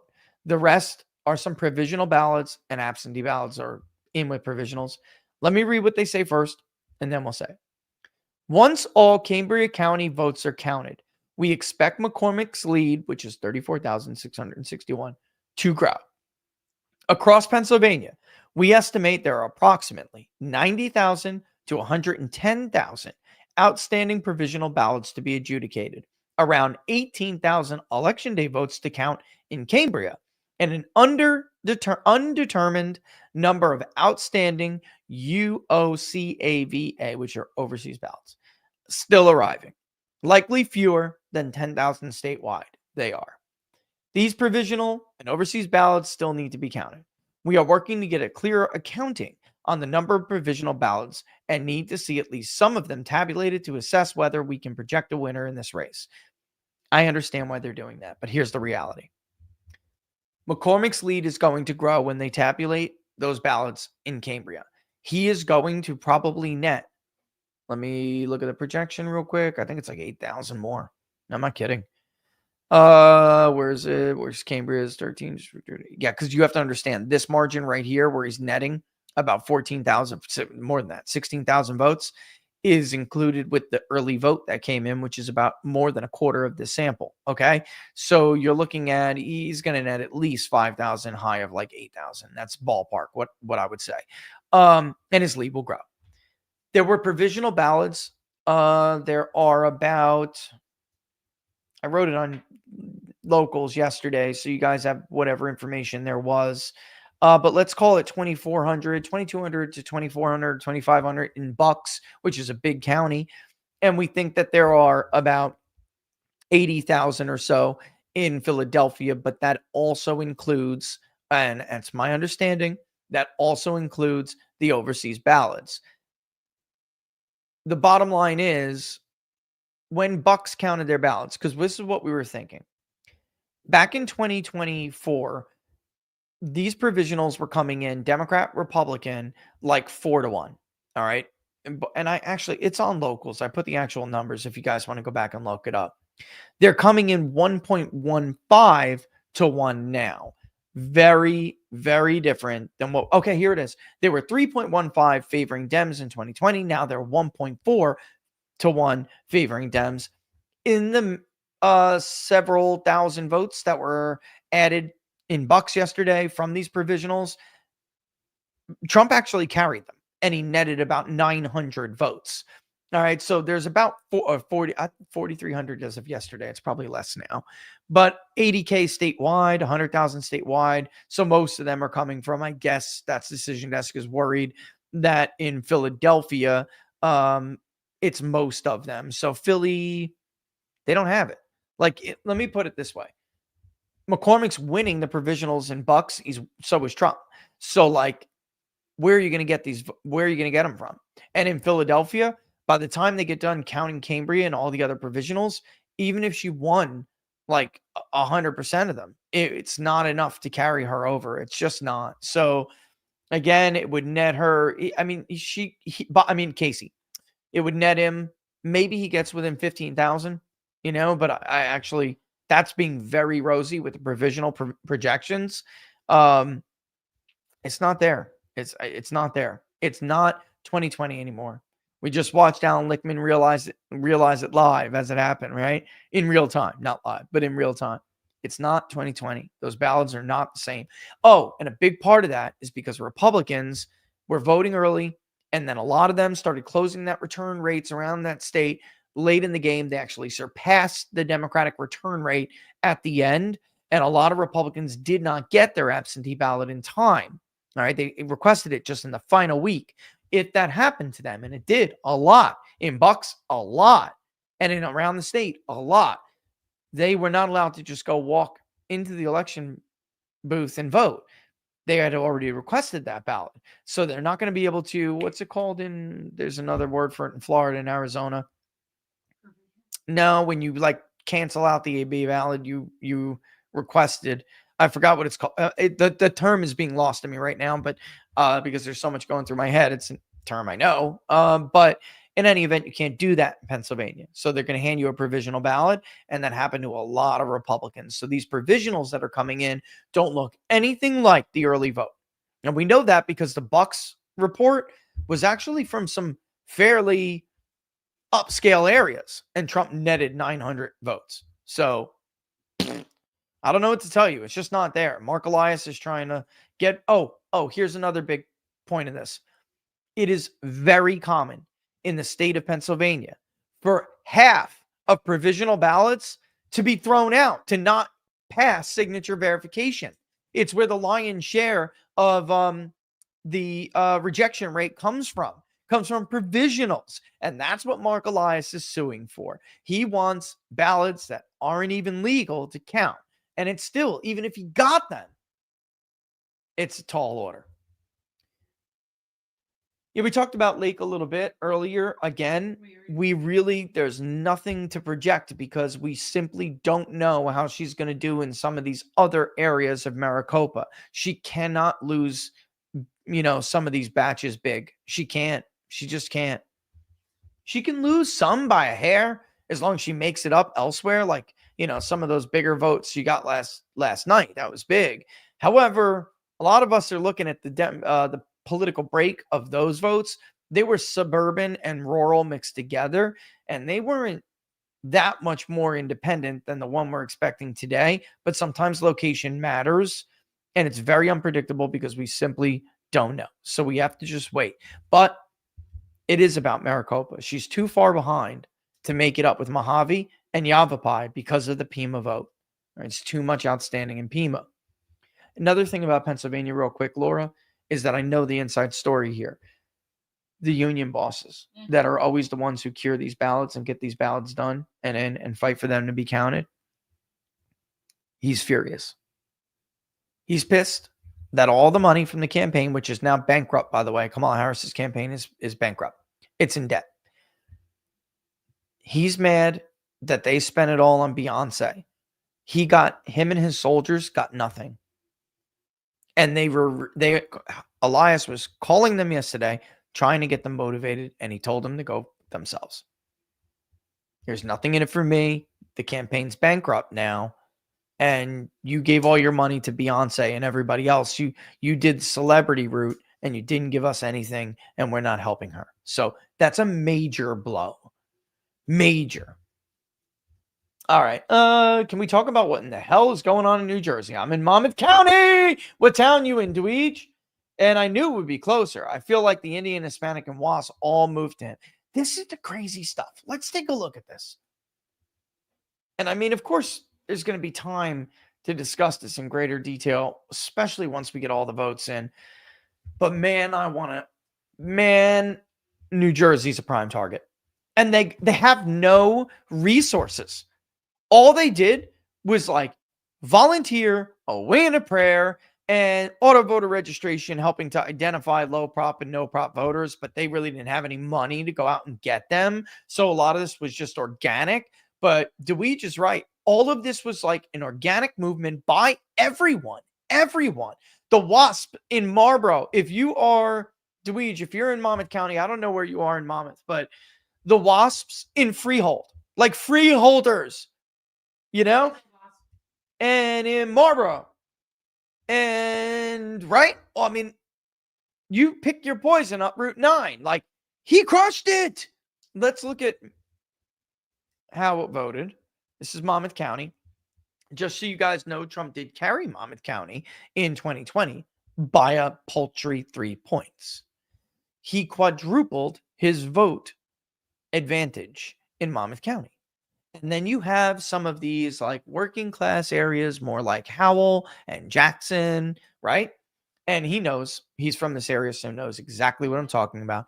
Even, by the way, in Freehold, there are mini ghettos with high populations of Black voters. In even Ocean, look, he crushed it in Ocean too. Way bigger margin this time. You have Asbury Park. You have Ocean Grove. You have all of these very, very heavily non-white communities. And Trump did better with everyone. I told you, by the way, that this time not only was Gloucestershire going to go, but he would win it by a few points and comfortably. Heavily Hispanic populations in Gloucestershire.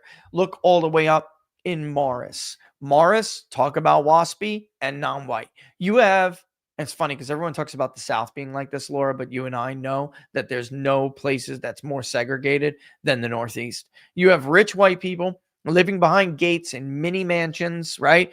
Multi-million dollar mini mansions, living behind hedgerows that go on and on and on and on and on and on and on and on, right? By the way, think about a place like Brookdale Community College out and around over there. Not only do they have mansions, but they have acres of property. You can't see onto it at all, folks, because they have like arborvitaes, well trimmed 3 times a year that go up 20 feet. You can't see shit over the property line. You know, like these are very rich areas. He absolutely crushed it, and he did it by doing better with everyone. It truly, New Jersey is like a great example of what a miracle coalition this is, like how improbable coalition. I'm telling you, New Jersey can go. And once you take New Jersey, or a state like New Jersey, you complicate Democrats' path to 270 in the Electoral College significantly. Significantly.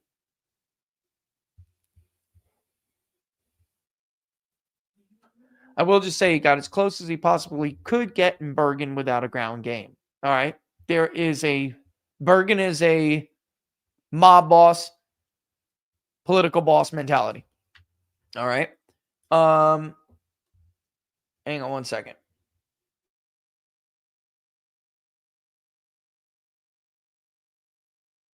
Okay, but I heard that tick, and I'm like, what on earth? Okay, all right, cool. I'm like, I don't know. I don't want anyone to think I can answer it and not have enough time.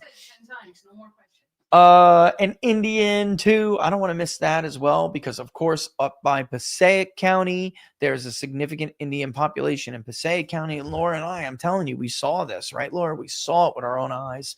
You talked about the Mid-Atlantic swing states. They're not swing states, but they are now. They could be.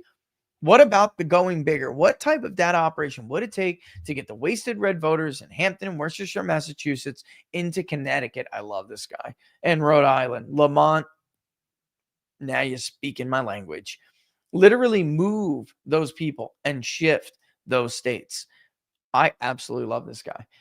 There are people who are lost in communities, unfortunately, that, you can't force, of course, people to move. But imagine if you had this program where you could help people get to areas that they want. There's a way to do it, too, where it's not just picking people up and moving them there. Look, Democrats do it all the time, and you've heard me say it more than probably 1,000 times in my entire career. Economics is politics. And if you help some of these areas have an established system, like why don't Republicans ever fall below 35% in Wake County? It's because of the manufacturing and alternative energy, which is more like Generac, okay? Company Generac, which you see the ads for on Newsmax all the time. They're in the Republican part of Wake County. They're the minority, but they're the reason why Wake County can't fall into the 20s or doesn't if they vote. Same thing. You'd have to do like a reverse of this here. Democrats trying to make Georgia blue. They, gave tax breaks to entertainment companies to come into Georgia and leave California. And they made a mini Tinseltown. Showtime. They air a lot of series there. What's that? Black Junior Mafia. BLM. Not BLM. Is it BLM? Black Mafia. BMF. Black Mafia Family. Filmed in Fulton County, Georgia. Okay. Filmed in Atlanta, right? So just even the Detroit scenes are mostly filmed in Atlanta. That's the way you got to do it. And by the way, Trump did understand this. And we just haven't had a chance yet to get to it all. But let me see how we're doing here. I see your question about the Selzer poll. I don't think I'm going to have time to read the whole column from Ann, and I did want to. But again, I'm going to show you myself that I want to do the national first, but I'm going to take all the responses, some 16,000 or so that we had in the last 2 weeks or so leading up into the election. And we're going to show you what our subsamples of those states are using a weighting variable that applies to the national weight. So each state gets its own weight. All right. It's basically post-stratification. All right. You don't have to post-stratify a whole hell of a lot to get pretty damn close in almost every state. It's really remarkable. If you keep the 16,000 sample, all right, and weight it down, whatever, you weight it down so it's like more like a national poll and all groups are represented. So it doesn't look like each sample size is that big, but it's actually still kind of close to what it would be if you had the larger sample. And in the case of the Seltzer poll, folks, Iowa was like dead on. Dead on. In fact, if I do it right now for the national poll, give me a second. What is this? This is the final, right? Yeah, that's a copy of one. I got to get rid of the copy one. Okay. I copied one because I'm doing something. Whoops. I'm doing something with the national poll, the last one, that I don't want people to see live yet, which is about this. So I made a copy to give to you guys on locals. Hold on one second. Make sure the right weight variable's in there. It is the final weights.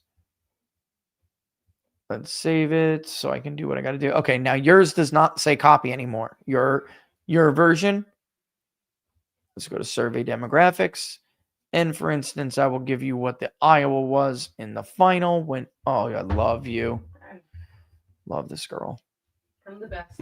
You are the best. I love you with all my heart, and I can't wait to spend the holidays together. Ooh, it's going to be holly jolly up in here. I can't wait. We're going to get holly jolly, baby. We're going to get holly jolly. Somebody tweeted to me, they were like, oh yeah, Christmas is coming. So excited. I was like, hold on. I bring the holly to the jolly. He just I am supports very my holly ethic. jolly. I said he just supports I'm my very ethic. supportive. One of my favorite parts of the year is when Laura gets the first Balsam Hill. I love it. Messing with something here. I must have messed something up here. Do you mind if I put the camera on you? Because nobody. Yeah. Oh, okay. I thought it was. I thought you changed it. And that's without weights or with the weights? Let me see. All right. The final with Iowa, it only weights down to about 116, which is still kind of a lot, but I'm going to do it. I'm going to pull them out separately so we can see the total amount. But anyway, bottom line is the final in Iowa is a little bit different than the one that I put on Twitter because that wasn't the final. That was like without me doing the finals, the final weights. It was without weighting. It was just bare minimum to make sure that we're not crazy. But when it would be actually post stratification is done, we got to go over this. It's actually 56.6 Trump, 40.4 Harris. How close is that to the margin that's right now? It's probably pretty damn close. Trump 55.9, Harris 42.7. So even with Republicans not answering, it still is very close. Very close. Now, if I went in more detail, which I intend to do, and I wait for counties, right? You're going to get a very, very close result. Ann Selzer is full of shit. All right. And how do I know? To answer some of your questions, we look at data to try to understand Iowa poll miss. She goes on to say that she thinks people saw her poll and got energized for Trump and went out. Could you imagine the arrogance of this woman to think that the voters of the state of Iowa are literally influenced by her poll? Like literally sitting around, there were all these Trump voters who weren't going to come out and vote until Ann put that poll up. It was only Ann that inspired. Could you be more of a... Could you be more... is arrogance even the word? There has to be a word for a woman or any person who thinks this highly of themselves. Hubris is... Yeah, it's something else going on here. You are a narcissist, woman. That's what you are. Ann Selzer is a narcissist to even think that that would be a legitimate explanation. If you think that much of yourself, you're a narcissist. None of her, you need to seek help. And preferably not one of your mental health friends in Des Moines, because they're probably just as sick as you, lady.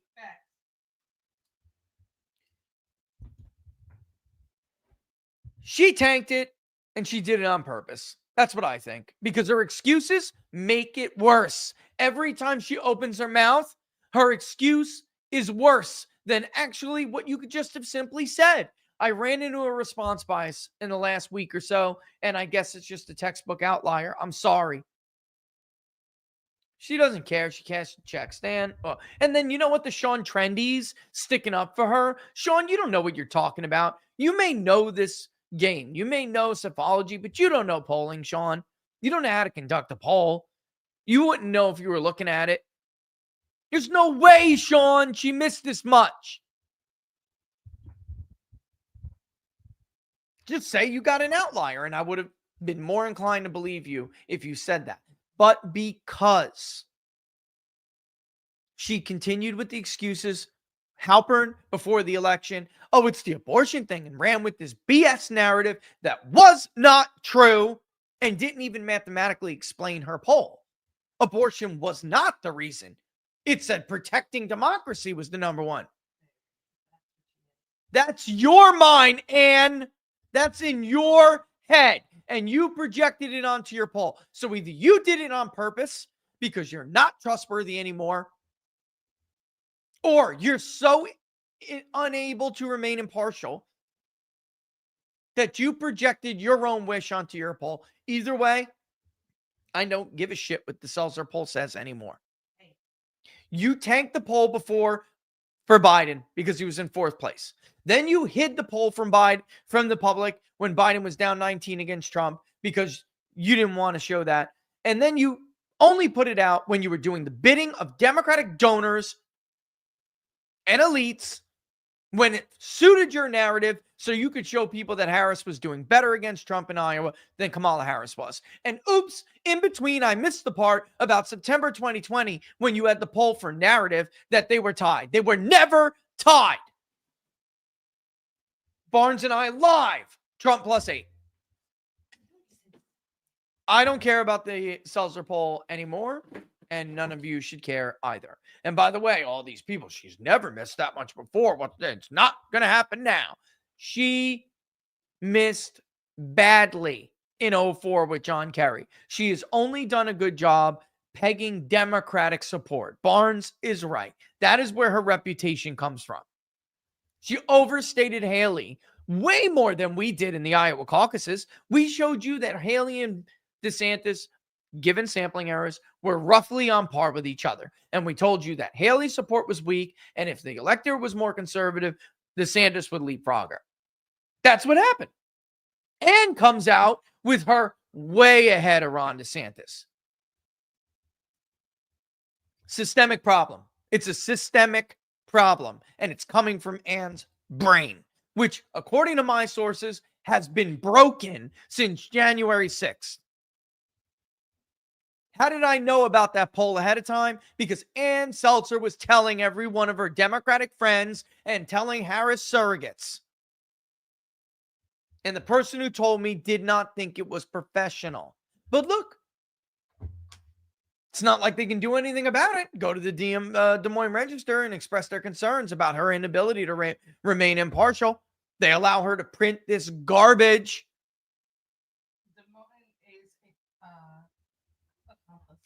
They're an accomplice. Of course they are. You endorsed Donald Trump. You're not pissed that she made you an accomplice? I'd be furious. She's been a staple forever, and that's fine. But I got news for you. Nothing lasts forever. It's time for the staple remover. We need to get a clip of Axel going. Even cold November rain when I do that. All right. We need to do that. All right.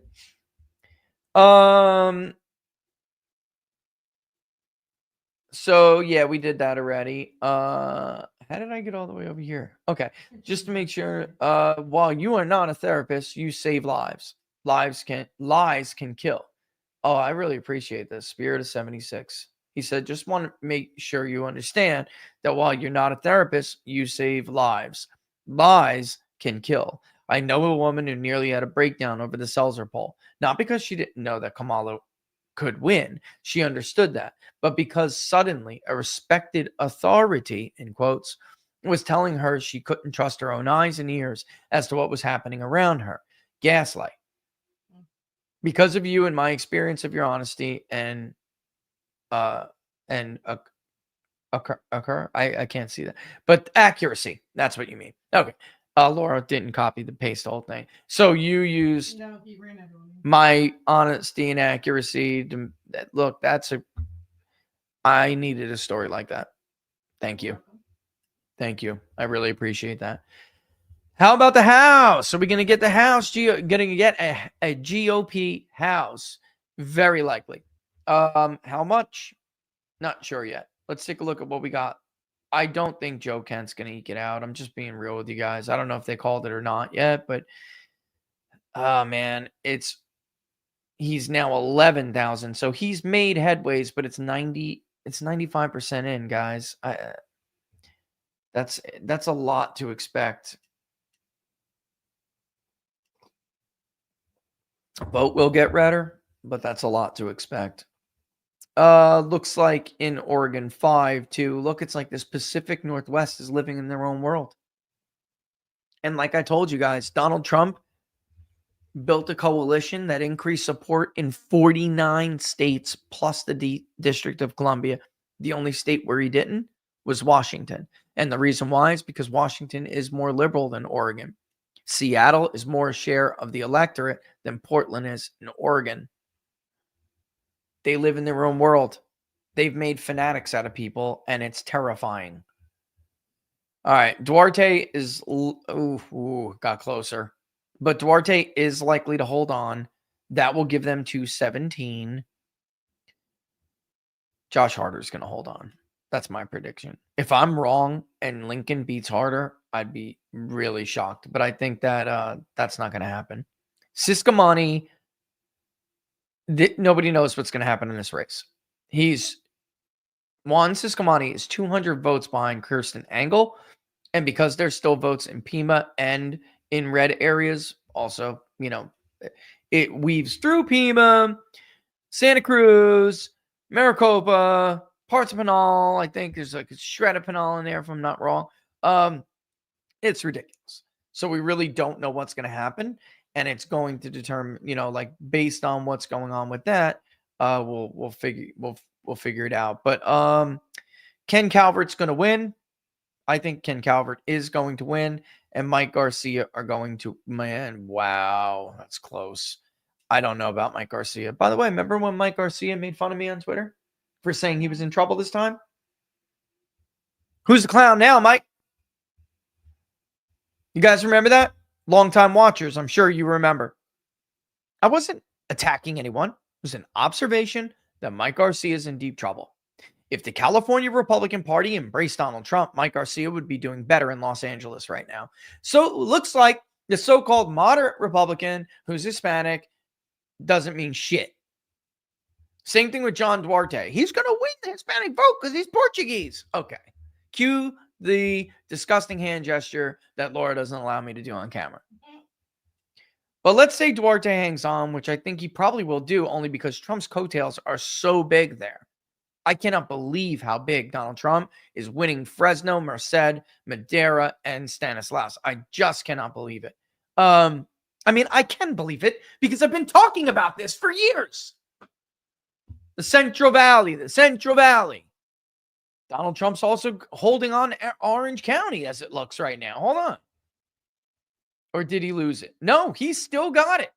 Oh, wait, that's Steve Garvey. Whoops, sorry. Oh, man, it's close.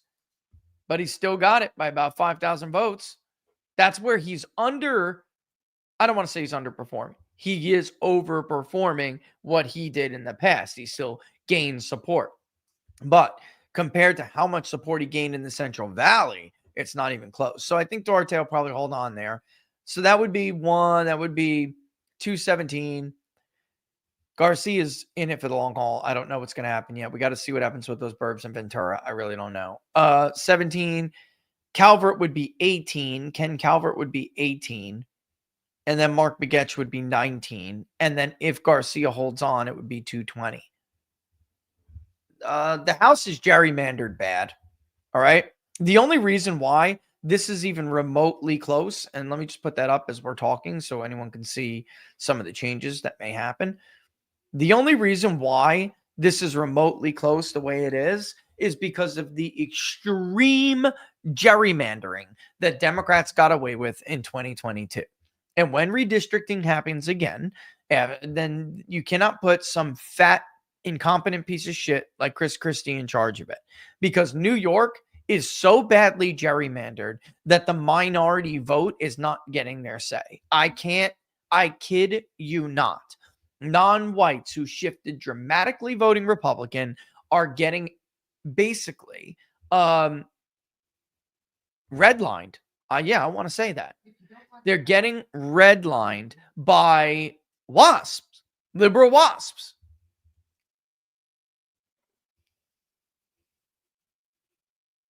My God, whoever thought of that?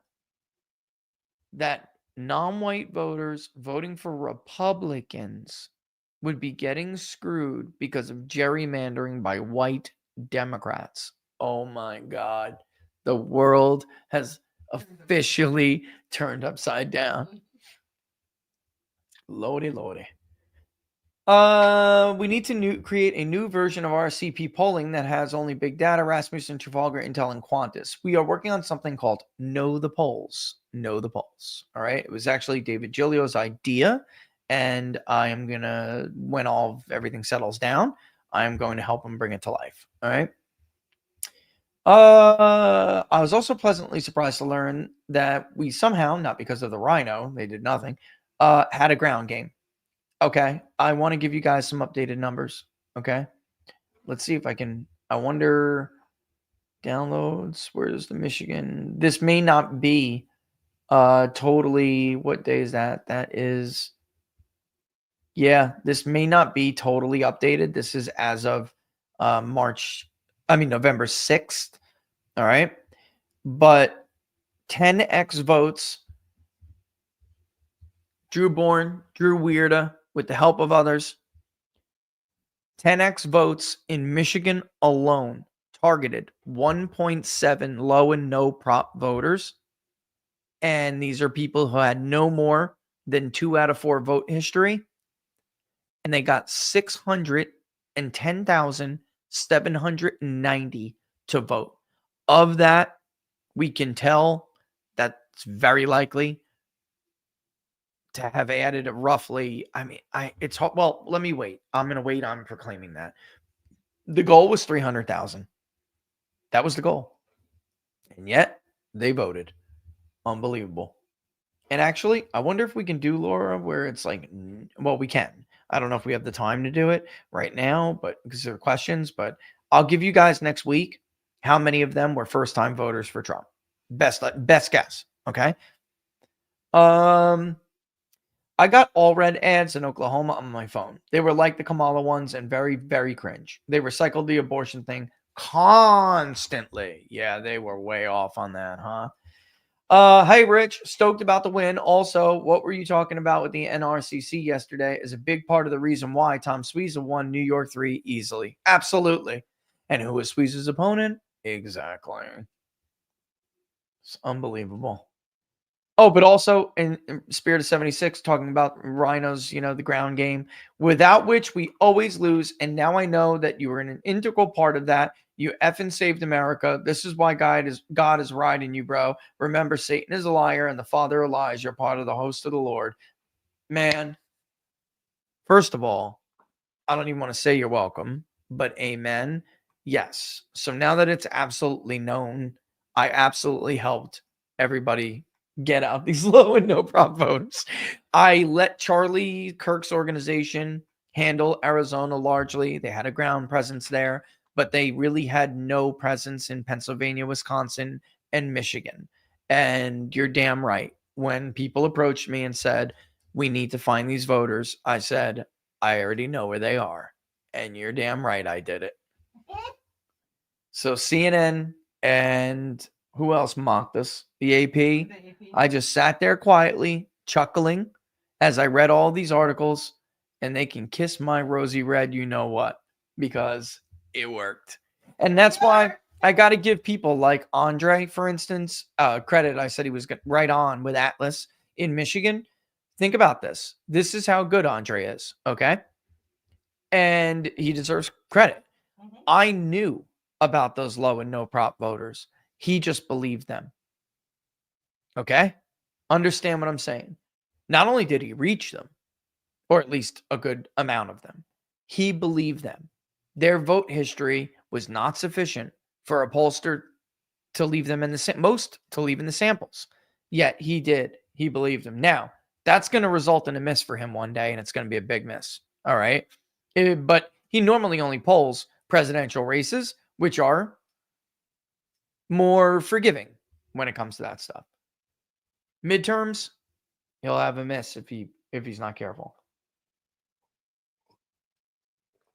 Drearier, Trump outperforming with blacks, Arabs, Hispanics is what made the difference between an early night versus a late night, ballot dumps, and days of counting with Mark Elias lawsuits. Shame what the party has done to damage this movement. It will take a ton of work to reform the party and rebuild trust with voters. Yeah. But yep, I don't know about you guys, but I did not want to stay awake for 3 days watching Democrats trickle in these ballots. I wanted it to be over and over early. And it was. Now we all had to wait for the official calls, but we all knew pretty early it was over and he was going to crush her. Mike Lee has an idea of making J.D. Vance the Senate Majority Leader. There is precedent. John Adams was VP and Senate Majority Leader. I'm game. I mean, if they're not going to give their votes to Rick Scott, I'm game. Susie Q. Love Barris. Just say it like it is. You're willing. Yeah, I mean, you're welcome. CCO. Love you guys too. CCO. Just wanted to say thank you for all that you did this year. You gave me hope when there was no place to go. You the man. Thank you for supporting us. I'll always tell you the truth. Even if you don't like it, I'd rather you be prepared for it, you know? How many more times is Scott Presler going to do what he's done without getting major acknowledgement from the GOP? He will. This time he will.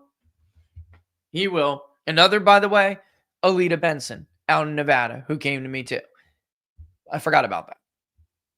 She worked her butt off, and she did not have the budget to do everything that she wanted to do in Nevada. Maybe had she, maybe Sam Brown wouldn't be in the spot he was in, but I think there's something else going on there with Sam Brown. But yeah, well, I think too they used that unfortunate thing to hurt him, and that's disgusting. But they are disgusting, and they'll do whatever. But Alita Benson, her team, they broke their butts. An incredible get out the vote. An incredible ability to target people. She understood that there had to be unconventional ways to identify these people, that they live off the grid. She's Nevada through and through, Alita Benson, to the core. And she understood, you know, what it would take. And she understood, by the way, that Donald Trump was the guy to bring that message. Scott Presler was amazing too, with the ground. And yes, Scott Presler too. Yeah, I gave him. Did you I absolutely gave him access to the database. I did. Yes, sir. I remember the day I did. I texted Scott, and he's like, "Hey, how you been?" So I texted back, and I'm like, "Good, good, good. Hey, I was just thinking of you." I was just thinking of you. Would you like access to a database of no and low prop voters to chase? He was like, "Yeah." He went, "Yes," with a big exclamation mark. I was like, "Give me 5 minutes." And that's all I did. I just passed it off. Well, he knew where to go. He has a good ground. He's amazing. And he's so good on the ground talking to people. How did we do better with people of gay persuasion? How did we do better with younger kids? How did we do? Because people like Scott Presler know how to talk to these people where these other party folks just don't.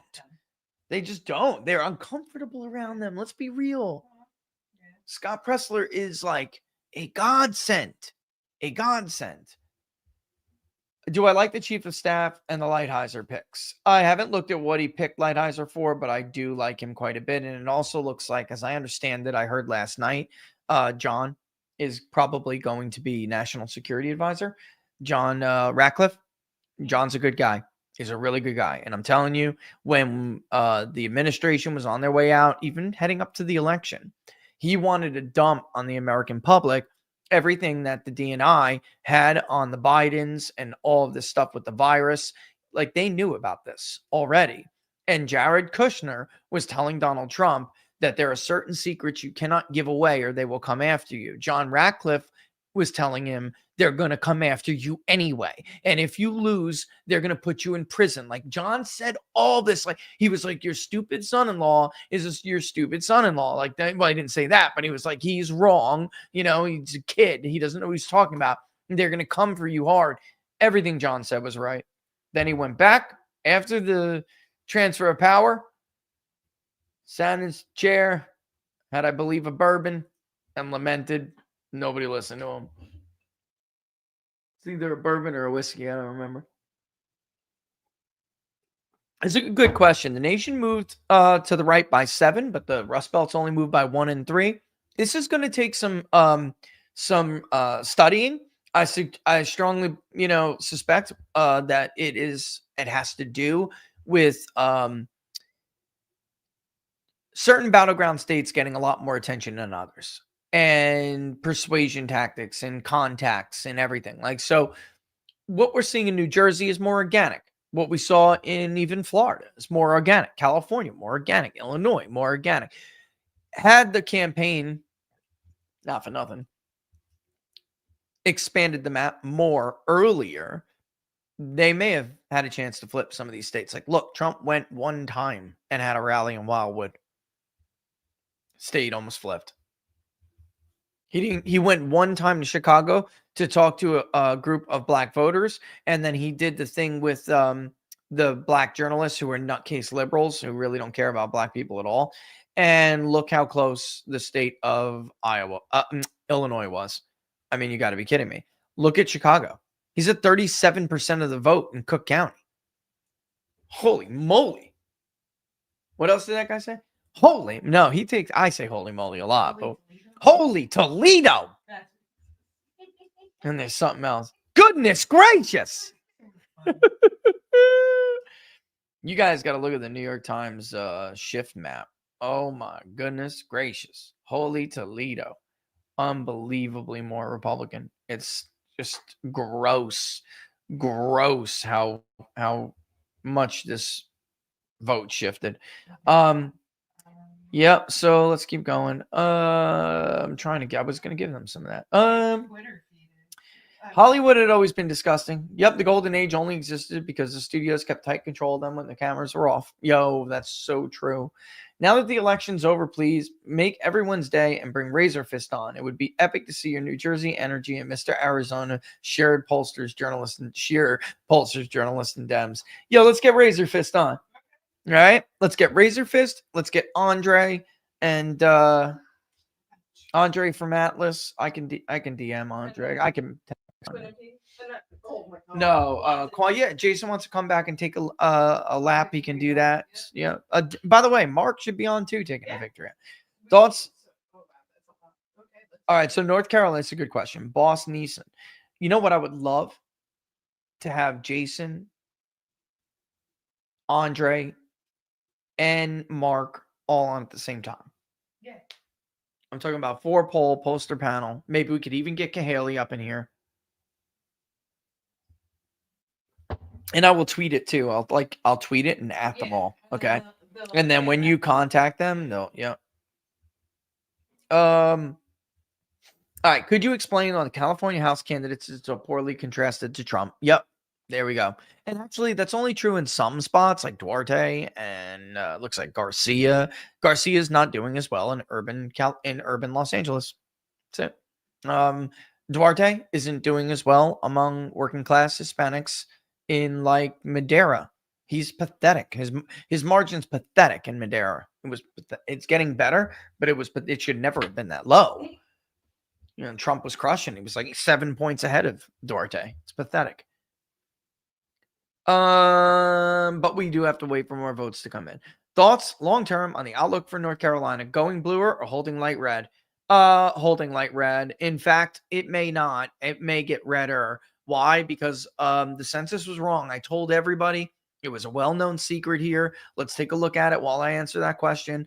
It was a well-known secret that the census completely understated Eastern North Carolina, particularly areas closer to where Laura and I had built. And that was, like even New Hanover. But look at Craven. He won Craven by 20 points this time. In 2020, he won Craven by 16. But even more to the point, there are 55,000 votes there now. Let's go down to Carteret. Ooh, that's not that far. How did I miss Carteret? There it is.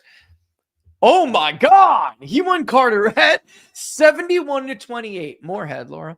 All right. And here are 45,320 votes there, almost ballpark, right? Even when you look at areas like Martin, Beaufort, look, there are now 26,000 votes out of Beaufort, Laura.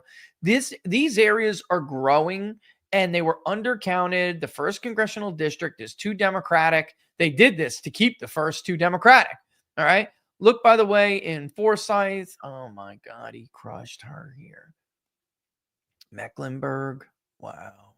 He just absolutely crushed her. He got 36.4 in Wake. Wake is an area where I actually thought a Republican vote share was going to go down, and actually it went up here for Trump.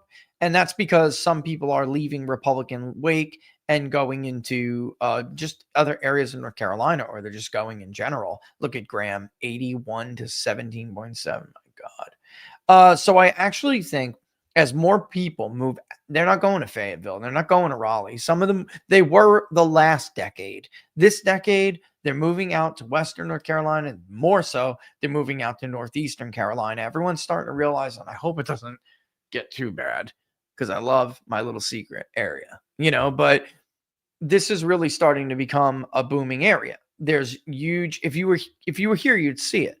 There are road projects everywhere. It's booming. And Democrats had always thought that the triangle was going to put them over here. Well, didn't happen. All right.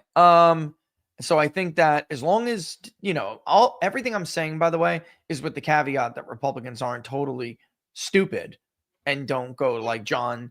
Even if John Thune is the Senate leader, like he cannot have the agenda. Like, you know what I'm saying? Like, and he's not the right look. Rick Scott is so good with Hispanic voters. He understands and speaks that language. He was raised by a single mother in squalor. Like, you know what I'm saying? Like there's, but we'll move on here. So I think that right now their prospects look very good. And don't forget, when the country shifted to the left in a lot of these battleground states during the midterms, they did not in North Carolina. Ted Budd won by about the same margin Trump did. Last two, my wife is so happy that I was, quote, right about everything. She even forgave me for betting $1,000 based on Barnes' recommendations without her permission. Holy shit, AJ. And she tells me that as soon as I get back from recounts, we're making MAGA Barbies. Babies. Barbies. What the? Well, Laura, you copy and paste weird. AJ, first of all, I'm happy to hear that she's not mad at you. I'm also happy to hear, well, first of all, don't make bets without your wife being okay. I mean, I don't know. Laura and I don't get mad at each other for that stuff. But I'm happy to have helped, and you enjoy making those MAGA babies, all right? It's the best part about it. Get out of here. That's Sean here? Sean's in the hezzy? Oh. President Trump will have many urgent priorities. Oh, by the way, keep making those MAGA babies because the long term, the trends matter. Trends matter. So at least 5. But two or more is at least, because it's like 3 or more. Yeah, three or more. Yeah. Well, 3 or more is above the for there. Yeah. And all these idiot liberal women who are like, I'm not having sex. Like, please. Good. So strong with that. Don't procreate. Do me a favor. Don't procreate. President Trump will have many urgent priorities when he begins his term. Many of them he's tackling now, but we absolutely must evolve the army into a force capable of facing conventional threats again. Our entire force structure is not aligned to combat this. It's urgent. Sean had said that, I guess. I think that the Pentagon's assessment that we can't, once upon a time, they would assess whether or not we could take a 2-front war with Russia and China. Now it's not even clear we could take a 1-front war, and that is pathetic. It is. Now, I don't want some big-ass military-industrial complex. Don't get me wrong. But what needs to be done before we can do any of that is reinstill faith in the military again and stop making it a social experiment. Because as of right now, the problem we have is nobody wants to join. Yeah. Nobody wants to join the military. I would never. You know, Sean and I both, of course, we have kids and we're discussing it. Both our kids expressed interest in potentially enlisting. And I said, okay, fine. After college, which is going to be Hillsdale or something, or maybe, Liberty maybe or something, or ECU. ECU is a good school. You're not going and wasting my money on Harvard or Yale to be turned into a fruitcake who doesn't know shit anyway. Like they don't know anything. They wouldn't anyway. They're too strong. They're too strong.